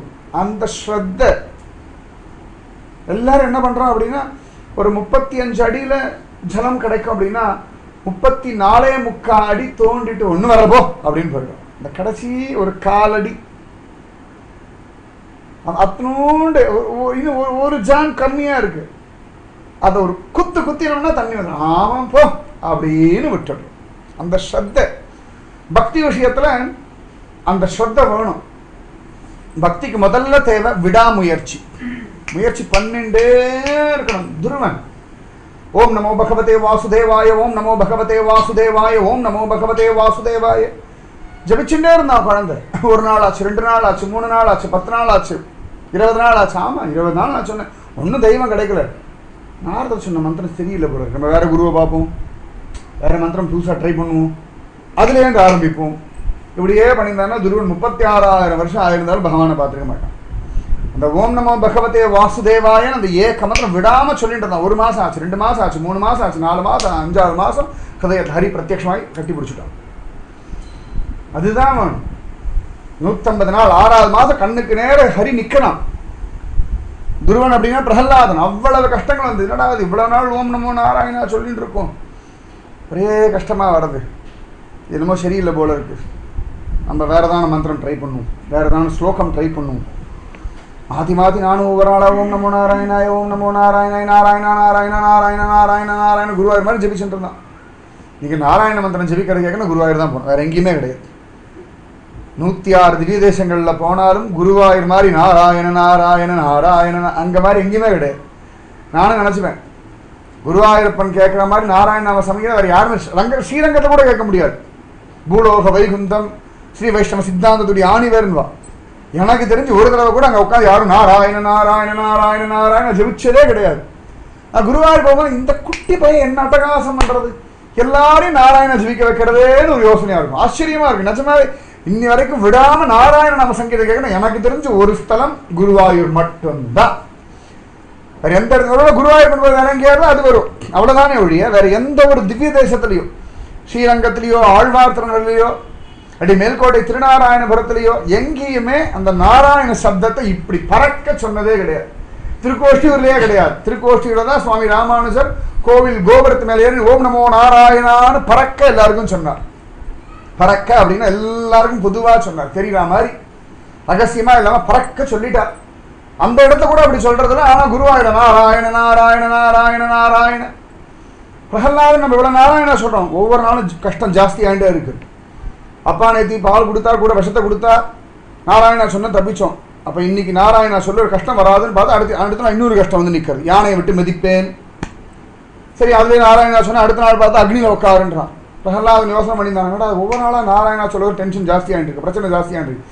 இது நாராயண நாமத்தால ஒரு பிரச்சனை இப்படிலாம் ஒன்று உண்டு. சத்சங்கத்துக்கு போனேன் பிரச்சனை வந்தது, குரு சொன்னதை கேட்டால் பிரச்சனை வந்தது, நாமஜபம் பண்ண அப்போதுலேருந்து பிரச்சனை ஜாஸ்தியாகிடுது. சத்தியமாக இல்லை, உங்கள் பிராரப்தம் கழிஞ்சுன்னு இருக்கு, உங்கள் பிராரப்தம் மாறின்னு இருக்கு, உங்கள் தலையெழுத்து மாறின்னு இருக்கு, உங்கள் வாழ்க்கையுடைய சித்தியே மாறின்னு இருக்கு, ஸ்திதியே மாறின்னு இருக்கு.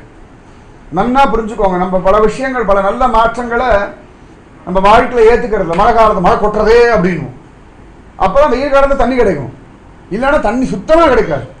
பல விஷயங்கள் நம்ம அந்த சந்தர்ப்பத்தை ஏற்றுக்க மாட்டேங்கிறோம். ஆனால் ஒன்று நல்லா ஞாபகம் வச்சுக்கோங்க, நடக்கிறதுலாம் நல்லதுக்கு தான். இது வரைக்கும் நடந்த விஷயங்கள் எல்லாம் நல்லதுக்கு, இப்போ நடந்துட்டு இருக்கிறது நல்லதுக்கு, நாளைக்கு நடக்க போகிறது நல்லதுக்கு. இது ரொம்ப தீர்மானமாக திருடமாக மனசில் வாங்கி வச்சுக்கோங்க. எந்த ஒரு வேணா இருக்கட்டும், அது உங்கள் மனசை பொறுத்த வரைக்கும் கெடுதலாக இருக்கட்டும், உங்கள் மனசை பொறுத்த வரைக்கும் அது பைத்தியக்காரத்தனமாக இருக்கட்டும், உங்கள் மனசை பொறுத்த வரைக்கும் இது பெரிய நஷ்டமாக இருக்கட்டும், ஆனாலும் அது நன்மைக்கே தான்.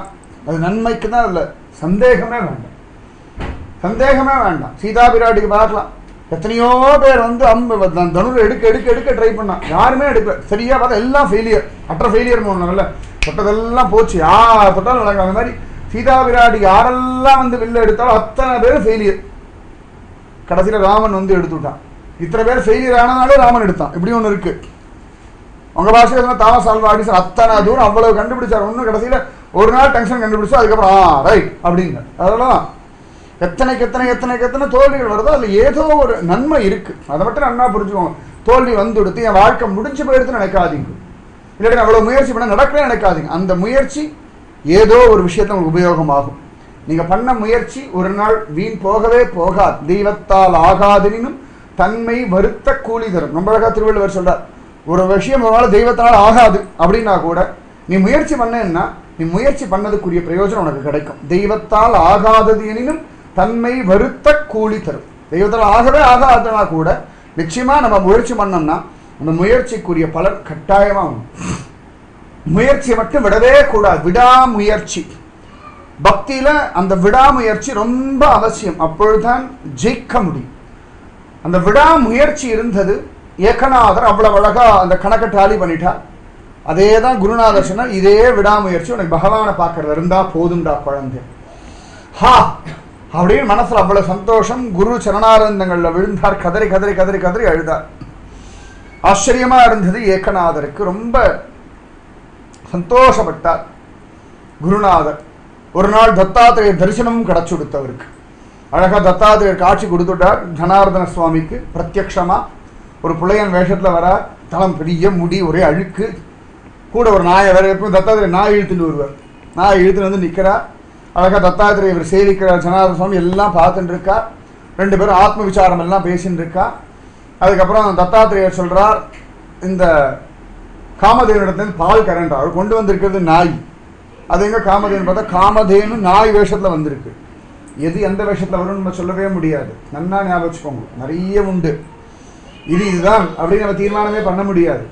சமயத்தை நல்லவர்கள் வேஷத்தில் கெட்டவர்கள் உண்டு, கெட்டவர்கள் மாதிரி பல நல்லவர்களும் உண்டு. நான் சமயத்தை யாரோ ரொம்ப அப்படி பச்சி அழுக்காக இருக்கான், அப்படி முறைச்சி பார்த்துட்டு இருக்கான், அவனை பார்த்து திருடமாக இருக்கான், அவன் நிஜமாவே ரொம்ப நல்லவனாக இருப்பான். சில பேர் ரொம்ப பாலிஷாக டிப்டாப்பாக ட்ரெஸ்லாம் பண்ணிருப்பான், ரொம்ப டீசெண்டாக பேசுவான், நமக்கு அப்படியே உடனே மயங்கி போயிடுவான். கரெக்டாக எதாவது பிஸ்கெட்டை கொடுத்து ஏமாற்றி போயிடுவான். க்ளீனாக நிறைய பேர் நன்னா பாருங்க, ஏமாத்துறவன்லாம் ரொம்ப அழுக்கா அசிங்கமாக பாவமாக பயங்கரமாலாம் வரவே மாட்டான். டிப்டாப்பாக டீசெண்டாக வருவான், டீசெண்டாக ஏமாத்திட்டு போயிடுவான், டீசெண்டாக ஏமாத்திட்டு போயிடுவான். நிறைய பாருங்க, எங்கேயாவது ஒரு இடத்துல வந்து பயங்கரமாக வந்து ஏமாத்தினே கிடையாது, டீசெண்டாக ஏமாத்திட்டு போயிட்டு இருக்கான். எப்பொழுதுமே மகாத்மாக்கள்லாம் அப்படி தான் அலையிறா.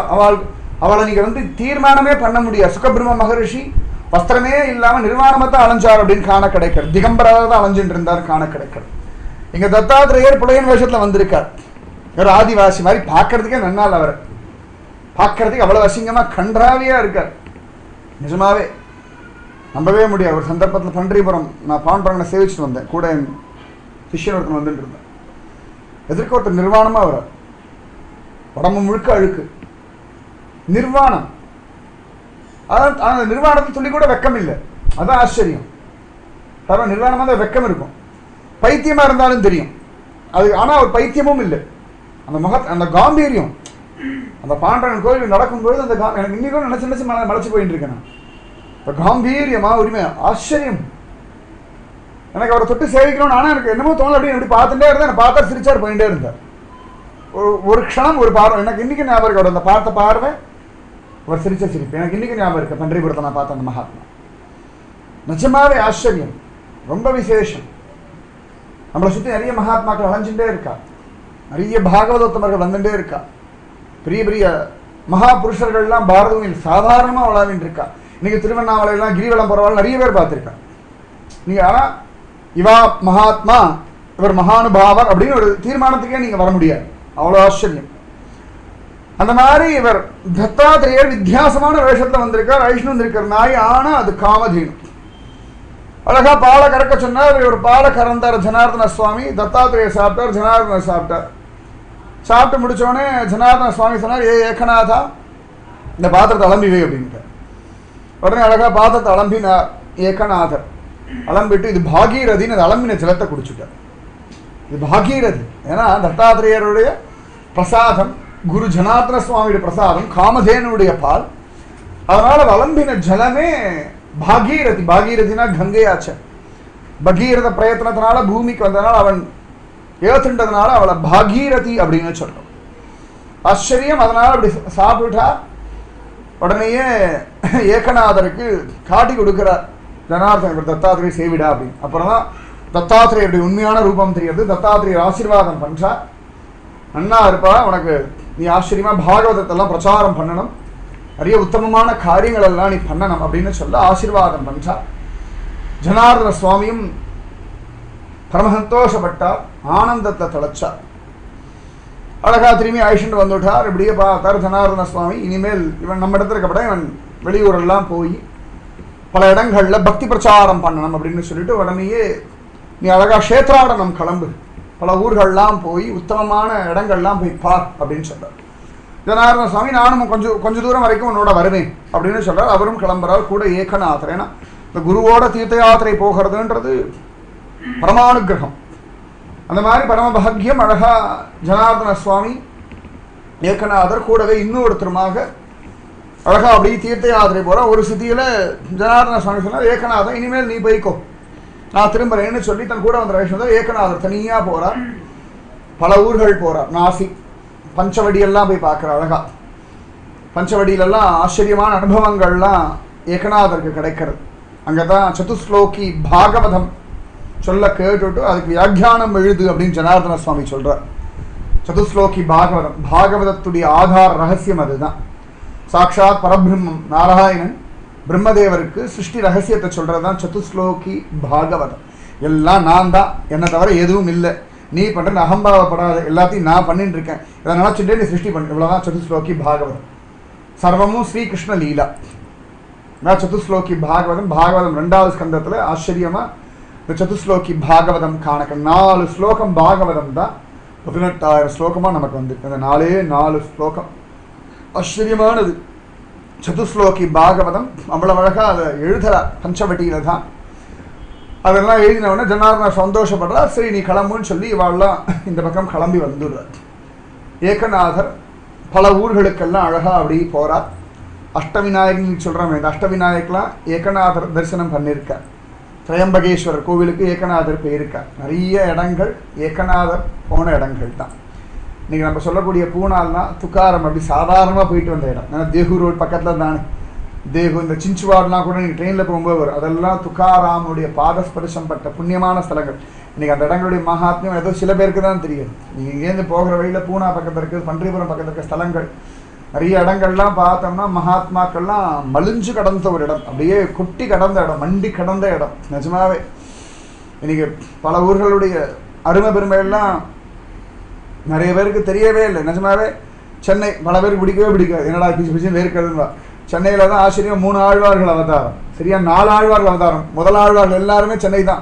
பொய்கை ஆழ்வார், பூதத்தாழ்வார், பேய் ஆழ்வார் எல்லாருமே காஞ்சிபுரம், மயிலாப்பூர், திருக்கடல் மல்லை, திருமழிசை ஆழ்வார் அந்த இடம் இன்னும் இருக்குது. சுவாமி ராமானுஜ அவதாரம்னு தொண்டை மண்டலம் தான். நிஜமாவே எத்தனையோ மகாத்மியங்கள் உண்டு, 1 2 இல்லை, கோடி கோடி. இன்றைக்கி எத்தனையோ காஷ்மீரம் சொல்லிட்டு இருக்கோமே, காஷ்மீரா நீ வேறு விதமாக எடுத்து. காஷ்மீரத்துக்கு சங்கரர் போயிருக்கார், சுவாமி ராமானுஜர் போயிருக்கார், அங்கே சாரதா பீடம் இருந்திருக்கு, நிறைய உண்டு. இன்றைக்கி பல இடங்களுடைய விஷயங்கள்லாம் மாறி போயிடுது. இன்றைக்கி வெஸ்ட் பெங்கால்னால் எல்லாருக்கும் ஒன்றும் பெருசாக தெரிகிறது. ஆனால் வெஸ்ட் பெங்கால் தான் நிறைய மகாத்மாக்களை கொடுத்துருக்கு. ஸ்ரீகிருஷ்ண சைத்தன்ய மகாபிரபு, நித்யானந்தர், ராமகிருஷ்ண பரமஹம்சர், சுவாமி விவேகானந்தா, அரபிந்தோ, எத்தனையோ பேர் பெரிய பெரிய மகாத்மாக்கள்லாம் வந்த இடம் வெஸ்ட் பெங்கால். நிறைய சொல்லிட்டு போயிட்டே இருக்கலாம். ஒவ்வொரு இடத்துக்கும் அவ்வளவு மகாத்மியங்கள் கொட்டி கிடக்கு. பாரத பூமி சர்வசிரேஷ்டமான பூமி, கர்ம பூமி. ஆச்சரியம், அதி விசேஷம். இந்த ஏகநாதர் பல ஊர்கள்லாம் பிரயாணம் பண்ணுறார். பிரயாணம் பண்ணிகிட்டே இருக்கார், தீர்த்த யாத்திரை. இங்கே தாத்தா பாட்டியெல்லாம் குழந்தைய காணும்னு தேடின்னு இருக்கா. எங்கே போனான்னு தெரியல, ஒன்றும் தகவல் தெரியலை. ரொம்ப வருத்தப்படுறான். பிள்ளையும் சின்ன வயசுலேயே போயிட்டான், பேரனும் போயிட்டான். அப்போ பானுதாசர் வம்சம் முடிஞ்சுடுத்து போல இருக்கு, அவ்வளோதான். இனிமேல் பானுதாசருடைய வம்சம் இல்லை, எப்பேற்பட்ட வம்சம் அப்படின்னு நினைக்கிறா.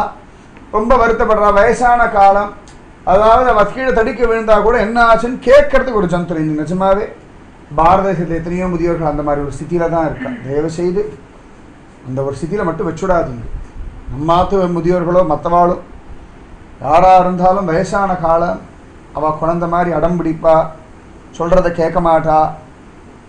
நமக்கு தூக்கம் வரும்பொழுது அவா மூஷின்னு இருப்பா, அவா மூஷின்னு நம்ம முழிக்கணும்னுவா.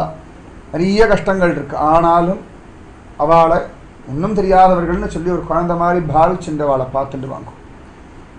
திருத்தராஷ்டிரன் மகாபாபி, அவனையே அவ்வளவு அழகாக யுதிஷ்டர் பார்த்துட்டு இருந்தார் அப்படின்னு பாகவதம் மகாபாரதத்துலலாம் காண கிடைக்க.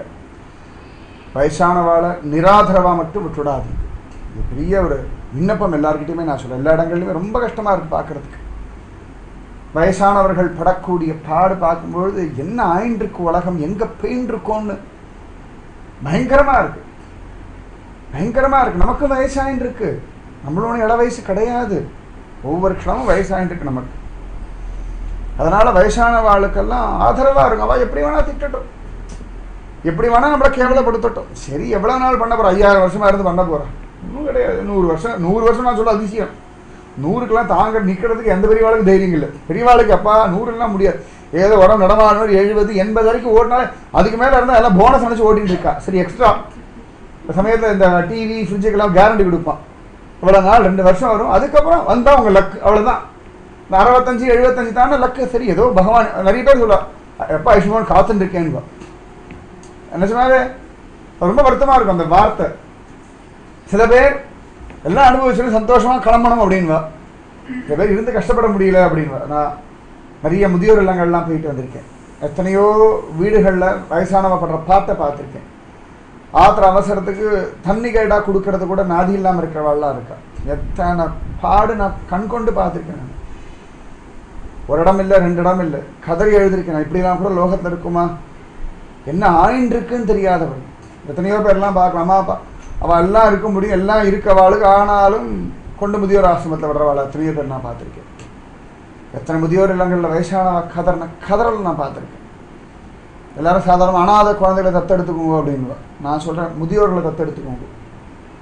நிஜமாவே முதியோர்களை தத்தெடுத்துக்கோங்க. அவள் ஒரு முதியோர் தத்தெடுத்துண்டு உங்கள் ஆற்றுல யாருன்னா யாரோ ஒரு முதியோர் உங்களால் முடிஞ்ச ஒரு உபகாரத்தை வயசானவாளுக்கு பண்ணுங்க. டெய்லி அவளிடத்துல கொஞ்சம் நேரமாக பேசுங்க. பெருசாக ஒன்று எதிர்பார்க்கறது இல்லை. நம்ம அவளுக்கு ஒரு ரூம் கொடுத்துட்டோம், அவளுக்கு வேண்டியதெல்லாம் பண்ணி கொடுத்துட்டோம் அப்படின்னா அது சிறை கைதியை விட மோசமான ஒரு நிலைமை. நமக்கு எல்லாத்தையும் பண்ணி கொடுத்துட்டு ஆற்றுல இங்கேயே இருங்கோ அப்படின்னு எவ்வளோ கஷ்டம். அது வரைக்கும் ஓடி ஆடி எல்லாம் பண்ணிட்டு இருந்தான். அது அவள் எல்லாம் பண்ண முடியும்னா அவள் அப்படி உட்கார சொல்லுவோமா? நிச்சயமாக இல்லை. அதனால் நினச்சி பாருங்க, இந்த சரீரத்தினால நமக்கு உபயோகம் இருக்குன்னா இதை பண்ணுங்க அதை பண்ணுங்க எல்லாம் சொல்லுவோம். அது சரீரத்துக்கு பலம் குறைஞ்சி போயிடுது, ஒன்றும் இல்லை அப்படின்னா எல்லாம் பண்ணி கொடுத்தாச்சு, அப்படியே இருக்க வேண்டியது தானே என்னும். சிறை கைதியை விட மோசமான ஒரு ஸ்திதி அது. அதனால் வயசானவாளுக்கு அது யாராக வேணா இருக்கட்டும், என்ன ஜாதியாக வேணா இருக்கட்டும், என்ன குலமாக வேணா இருக்கட்டும், சரீரம் களைச்சி போயிடுது, சரீரத்துக்கு பலம் குறைஞ்சி போயிடுது. அவளுக்கு அந்த கோபம் குறையாமல் இருக்கலாம், அவளுடைய பிடிவாதம் குறையாமல் இருக்கு, ஆனால் சரீரத்துக்கு பலம் குறைஞ்சி போயிடுது, சரீரத்துக்கு பலம் போயிடுது. நம்ம கூட சின்ன வயசாக இருக்கும், நம்ம சரீரத்துக்கு பலமே எத்தனை பிடிவாதம் பிடிச்சி எழுதிருக்கோம், நம்மளால் ஒன்றும் சாதிக்கணும், அழுது அழுது அழுது அழுது காரியத்தை சாதிச்சிருக்கோம், பிடிவாதம் பண்ணி அவ்வளவு காரியத்தை சாதிச்சிருக்கோம். அதே மாதிரி அவள் வயசாகிட்டு இருக்கு, வயசானவ குழந்தைகளாக மாறிட்டு இருக்கா. அந்த ஒரு கஷ்டம் வரவே கூடாது. நிஜமாவே எந்த வயசானவாளுக்கும் அந்த கஷ்டம் வரக்கூடாது. நிஜமாவே அது ரொம்பவே சிரமம். யாரோ கூட என்கிட்ட கேட்டா, எங்கள் முதியோர் இல்லத்துக்கு வந்து நீங்கள் அனுகிரகம் பண்ணணும்னா, நான் சொன்னேன் முதியோர்கள் அனுகிரகம்னா சீக்கிரம் அதை மூடனா தான் நான் பண்ணுறேன் அனுகிரகம் அப்படின்னு. நான் கேட்டா அப்படின்னா, ஆமாம் இந்த முதியோர்கள்லாம் திரும்பி அவாத்துக்கு போகணும், அவள் சந்தோஷமாக இருக்கணும், இனிமே ஒரு முதியோர் இல்லமே இல்லாமல் இருக்கிறது என்னோட அனுகிரகம் அப்படின்னு. சும்மா முதியோர் நல்லா வளரட்டும்னா அப்போ எல்லா குழந்தைகளும் அப்பா அம்மா கொண்டு விடட்டும், அப்படி தான் அர்த்தமாகிடுது. அது மாதிரி தான் ஏதோ ஒரு பிராமண சங்க மீட்டிங்கில் ஏதோ கூப்பிட்டுருந்தா. என்னடான்னு கேட்டால், ஏதோ தீபாவளி அப்போ முடியாதவாளுக்கு அவளுக்கு உபகாரம் பண்ணுற, தீபாவளிக்கு அதை புடவையோ வேஷ்டியோ அந்த மாதிரி வயசான தம்பதிகளுக்கு நீங்கள் வந்து ஒரு மங்களாசாசனம் ஒரு ஆசீர்வாதம் பண்ணணும் அப்படின்னு. நான் சொன்னேன், இதுவே கடைசி ஃபங்க்ஷனாக இருக்கணும், இதுக்கு மேலே இந்த மாதிரி ஏன்ல இயலாதவர்களுக்கு உதவின்ற ஒரு ஸ்திதியே வரப்படாது அப்படின்னு. உண்மை அதுதான். இயலாதனால அது வேற ஒரு பெரிய அது ரொம்ப ஆசை. அவள் எழுத்துற வார்த்தைகள் அதை விட பயங்கரமாக இருக்குது. அதாவது இயலாதவர்களுக்கு உதவி வழங்கும் விழா, இது ஒரு விழாவா? இது இது கொடுமை, இதை கன்றாவி, இது அசிங்கம், இது பைத்தியக்காரத்தனம், இது முட்டாள்தனம். நம்ம கூட இருக்கிற யாராவது ஒரு நிலைமையில் இருக்கான்னா சமுதாயமே வெக்கப்படணும், தலை குனியணும், சமுதாயமே சீ அப்படின்னு எல்லாம் தற்கொலை பண்ணிக்கணும் உண்மையாக சொல்லணும்னா. ஏன்னா தர்மர் வந்து அவ்வளோ அழகாக பெரிய தான தர்மம் கொடை வெள்ளம்னு பெரிய பெயர் எடுத்துட்டார்.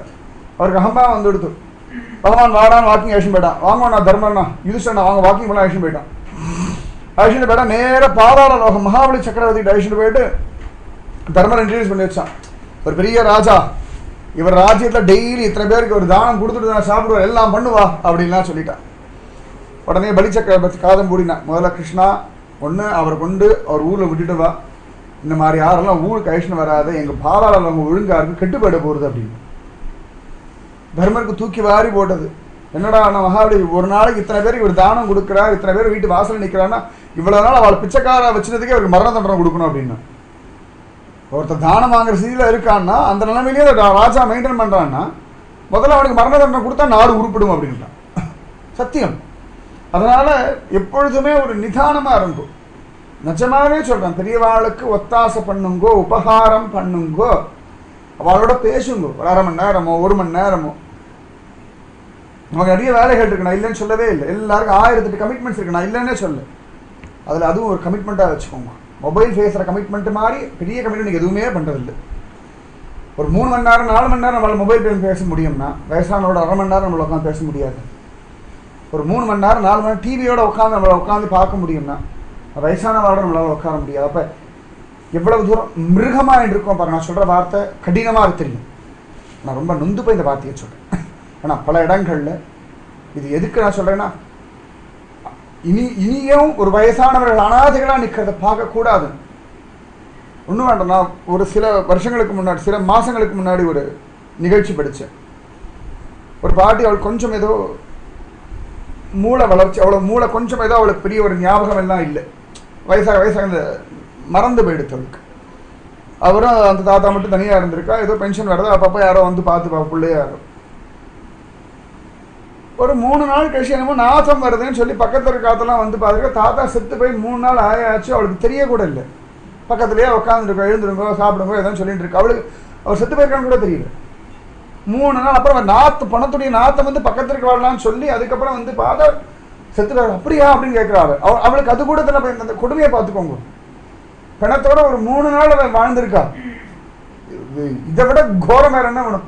அதை படிச்சு நான் எத்தனை நாள் எழுதுன்னு எனக்கு தான் தெரியும்.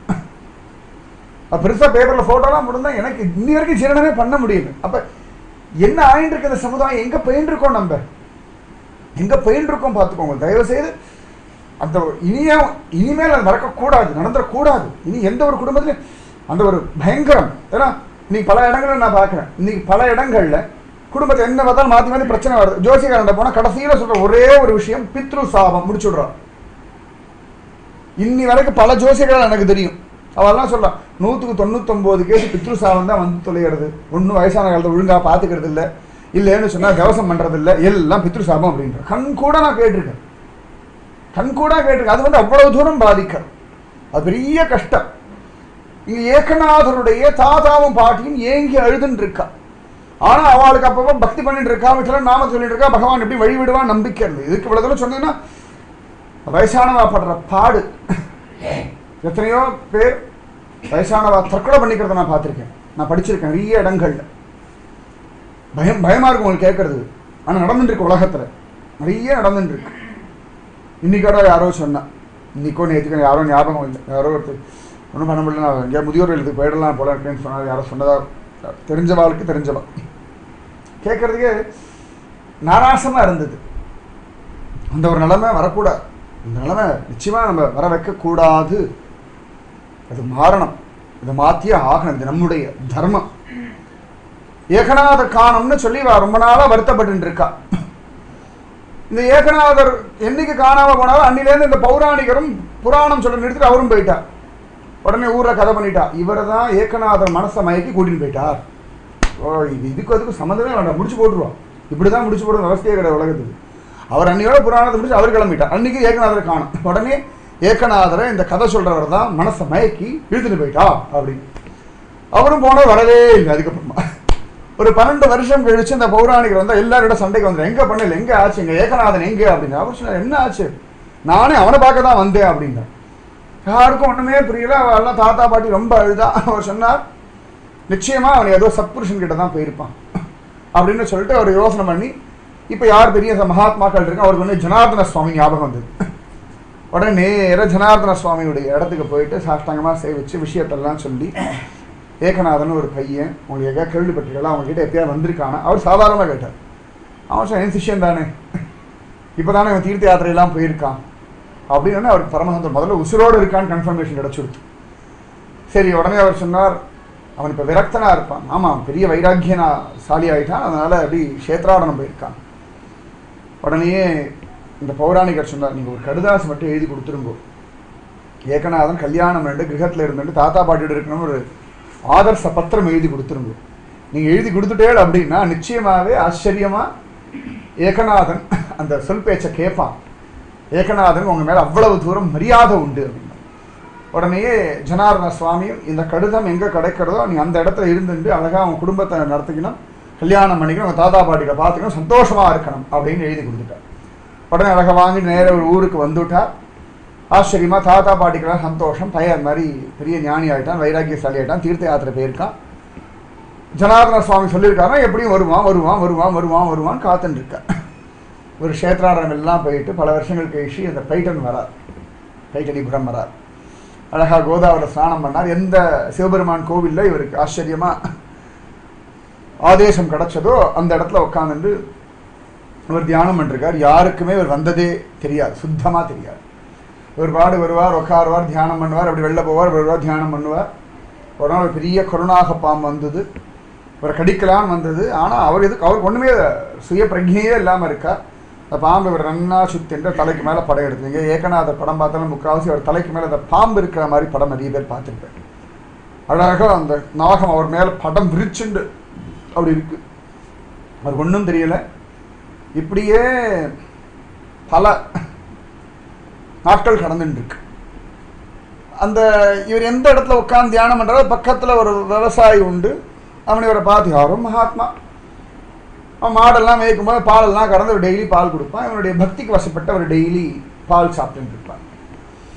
பால் சாப்பிடும்போது கண்ணன் நினைக்கலாம், பால் சாப்பிடும்போது துக்காராம் சுவாமி நினைக்கலாம், பால் சாப்பிடும்போது ஏகநாதர் நினைக்கலாம், பால் சாப்பிடும்போது திருப்பார்கடல் நினைக்கலாம், நிறைய சொல்லிட்டு போகலாம்.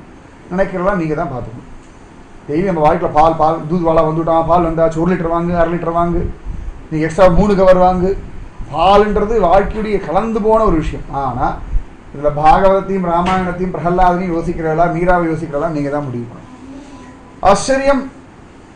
டெய்லி பால் கொடுத்துட்டுருக்கா, அழகாக குடிச்சுட்டுருக்கார். ஒரு நாள் அவன் பால் கண்ணாந்து கொண்டு வரும்பொழுது இந்த பாம்பு தலை மேலே அப்படி படம் விரிச்சுனா அரண்டு போய் கத்த ஆரம்பிச்சிடும். யாருக்கு தான் பயம் இருக்காது? பெரிய கருணாகமும் ஒருத்தர் உடம்பை சுற்றிட்டு தலைக்கு மேலே அப்படி படம் எடுத்துன்னு சீருதுன்னா, அது சும்மா மரத்தை சுற்றிட்டு சீரினாலே பயப்படுவோம். அது மனுஷனை சுற்றிட்டு சீருதுன்னா பாம்புனா கேட்கணுமா, நடுங்குவோமே.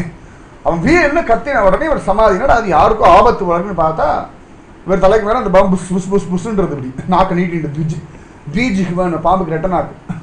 அதுக்கு பெரிய புராண கதை உண்டு, அப்புறமா சொல்கிறேன். அது சொன்னால் இந்த கதையில வெளில போயிடுவோம். அந்த ரெட்டாங்க புஷ் புஷ் புஷ்ன்னு சீரது கண் அப்படி கோபம் கொப்பளிக்க. உடனே அவர் சொன்னால் அந்த பாலை அங்கே கொடு அப்படின்னா அழகாக வாங்கிட்டு அவன் பயந்து கொடுத்தா அவர் கொண்டு வந்து வச்சா. உடனே அந்த பாம்புக்கு இறங்கிட்டு அழகாக அந்த பாலை சாப்பிட்டது. அது பாட்டுக்கு தீனேன்னு போயிடுது. ஏற்கனவே அவர் கண்களில் ஆனந்த பாஷம். விதிப்படி காலனுடைய ஆதேசத்தினால இந்த பாம்பை என்னை குத்தி கொலை பண்ணணும். ஆனால் பகவானுடைய கிருப்பை, நாமஜப பலம், குரு கிருப்பை, நான் உயிர் பொழச்சேன் அப்படின்னா சத்தியம். இப்படியே இருந்தால் அப்போ ஒரு நாள் இந்த பௌராணிகர் வந்துட்டார். வந்தார், பார்த்தார், கண்டுபிடிச்சார் இது ஏகநாதர். சின்ன வயசில் பார்த்து அந்த தியானம், அந்த முக விலாசம் எல்லாம் பார்த்தோன்னா இவன் தான் அப்படின்னு கண்டுபிடிச்சிட்டா. உடனே நேர ஆற்றுக்கு போய் கடற்கடன் அவன் தாத்தாவை கூண்டு வர்றார். இந்த ஆச்சரியமாக ஜோராக கூட்டுண்டு வர்றார். அழகாக கூட்டுண்டு வந்தாச்சு. கூட்டுண்டு வந்தார். அப்போ ஏகநாதரை பார்த்துட்டார். தாத்தாவுக்கு இது ஏகநாத் அப்படின்னு தெரிஞ்சு போயிடுத்து. இறுக்கி ஆளி நம்மட்டு ஓன்னு அழுதார். ஓன்னு கதறி அழுதார். ஏகநாதர் வைராகி, எதுக்குமே அசராதவர். ஆனால் அவருடைய அன்பு, அவருடைய வயசான காலம், அதனால தாத்தாவை ஆலிங்கனம் பண்ணிண்டார். ஆனாலும் அந்த பரபிரம்ம தத்துவம் இருக்குல்ல, மாதா நாஸ்தி பிதா நாஸ்தி நாஸ்தி பந்து சகோதரக அர்த்தம் நாஸ்தி கிரகம் நாஸ்தி தஸ்மா ஜாகிரத ஜாகிரத. தாயே தந்தை என்றும் தாரமே கிளை மக்கள் என்றும் நோயே பட்டொழிந்தேன் உன்னை காண்பதோர் ஆசை நாடுறதுனால திருமங்கையாழ்வார் சொல்றார், ஆதிசங்கர் சொல்றார், எல்லாரும் சொல்றதுனால வயசானவர் அழகார். தன்னோட தாத்தா தன்னை இத்தனை வருஷம் கழிச்சு பார்க்கிறார். 12-13 வருஷம் கழிச்சு பார்க்கிறார். அழலாரேன்னு ஆஹா என் தாத்தாவை பார்த்து இவருக்கு ஒரு குதூகலமே இல்லையா, அவர் பாட்டுக்கு நிற்கிறார். தாத்தா அசந்து போறார். இப்படி கூட ஒருத்தர் இருக்க முடியுமா? இவன் கல்லா மரமா ஜடமா, ஒரு உணர்ச்சி இல்லாமல் ஒருத்தர் இருக்க முடியுமோ அப்படின்னு. நம்மளோட அப்படிதான் இருந்தார். அம்மா அப்பான்னு ஒரு நாள் கூட கூப்பிடல. வாயை திறந்ததுலே திருவாய் மொழி தான். உயர்நலம் உடையவன். அப்பா அம்மா பார்த்தா 16 வருஷம் கழிச்சு குழந்தை பேசுறான். அம்மா அப்பான்னு கூடான்னு பார்த்தா அம்மா அப்பா பக்கத்தில் நிற்கிறா. கவலையே அவர் பாட்டுக்கு மதுரகவியாளர் பார்த்து நான் இந்த வேதத்தை தமிழில் சொல்கிறேன் எழுதுன்னுட்டார். அப்பா அம்மா பார்க்க இவ்வளோ நாள் நின்றுட்டு இருக்கோம், 16 வருஷமா அவனை பார்த்து பூவெல்லாம் அலங்காரம் பண்ணியிருப்பாருக்கும். ஒரு அம்மா அப்பான்னு ஒரு வார்த்தை சொல்லப்படாது. ஒரு அம்மா ஒரு அப்பான்ற வார்த்தை சொல்லலை. அப்போ இப்போ ஏற்பட்ட ஹிருதயம் பாருங்க, நமக்கெல்லாம் பார்த்து பயங்கரமாக இருக்கும். அது ஞானியுடைய ஹிருதயம். உடனே இந்த பௌராணிகர் பார்த்தா, பௌராணிகர்னா புராணம் சொல்கிறவாளுக்கு பௌராணிக், எங்களெல்லாம் பௌராணிகர்னு சொல்லிக்கலாம். ஆச்சரியமா அவர் உடனே பார்த்தார். இவருடைய வைராக்கியத்தை பார்த்தார். இப்படியே விட்டு திரும்பி கிளம்பிடுவார்னு தெரிஞ்சு உடனே இந்த கடுதாசியை கொடுத்துட்டார். ஜனார்தன சுவாமி கொடுத்த கடுதாசியை கொடுத்துட்டு ஜனார்தன சுவாமி கொடுத்தார். உடனே ஏகநாதர் வாங்கிட்டார், தலையில் வச்சுட்டார். கண்களில் ஆனந்த பாஷ்பம். தாத்தா கட்டின்ற உடனே பாஷ்பம் வரலையா, தாத்தா கதறின உடனே உள்ள உருங்கலையா. சத்குருநாதன் ஒரு கடுதாசி கொடுத்துருக்காருன்னு தலையில் வச்சுட்டார். கண்களில் ஆனந்த பாஷ்பம். தாத்தா அசந்து போனார். உடனே அந்த கடுதாசி அப்படி பிரித்து படித்தார். எப்படி ஆச்சரியமா ருக்மிணி விராட்டி கடுதாசி இருந்தாலும் அந்த மாதிரி இங்கே உத்தரவு, ஒரு ஆதேசம், அந்த பிரேம. ஆனால் ரெண்டுத்துலேயுமே பிரேம தான் முக்கியம். குரு கடுதாசி ஏகநாதா, இந்த கடிதம் உனக்கு எப்போ கிடைக்கிறதோ எந்த இடத்துல கிடைக்கிறது அங்கேயே இருக்கணும். அவர் அப்படியே இருக்கார். அங்கேயே இருக்கணும், அழகாக கல்யாணம் பண்ணிக்கணும், குடும்பத்தில் இருக்கணும், கிரகஸ்த தர்மம் சர்வசிரேஷ்டம், உங்கள் தாத்தா பாட்டியெல்லாம் பார்த்துக்கோ, இது என் உத்தரவு அப்படின்னு அடியேன்னுட்டார். உடனே தாத்தா கூட்டுற, வாடா வீட்டுக்கு போகலாம். வரமாட்டேன். வேண்டாம், நான் இங்கேயே இருக்க சொல்லி குரு சொல்லியிருக்கார். அதனால் இங்கே தான் இருப்பேன். அசந்து போயிட்டா. அட்லீஸ்ட் இங்கேயா இருக்கேன், இனிமேல் இங்கே நகர மாட்டேன். திருப்பி குரு ஆதேசம் கிடைச்சா தான் இந்த இடத்துல இருந்து நகருவேன்னுட்டார். அத்தனை ஒரு குரு பக்தி ஏகநாதருக்கு. நான் இன்னைக்கு ஏகநாத சரித்திரம் முடிஞ்சிடும் நினச்சேன். அது முடியலை. நாளைக்கு இதே இடத்துலயே ஏகநாத சரித்திரம் தொடரும். இந்த இடத்துல 2 நாள் சத்சங்கம்னு, இது பகவானுடைய சங்கல்பம். நான் ஒன்றுமே பண்ண முடியாது. அதான் அசந்து போனேன். நான் கூட எல்லாரும் கூட கேட்டேன், நாளைக்கு எங்கே சத்சங்கம் தான் எனக்கே தெரியாது அப்படின்னு தான் வந்தேன். நான் இன்னைக்கு 7 மணிக்கு நிச்சயமாக நீ ஏகநாத சரித்திரம் இங்கே முடிக்க போகிறோம் அப்படி. அதுக்கேற்ற மாதிரி லேட் ஆச்சு.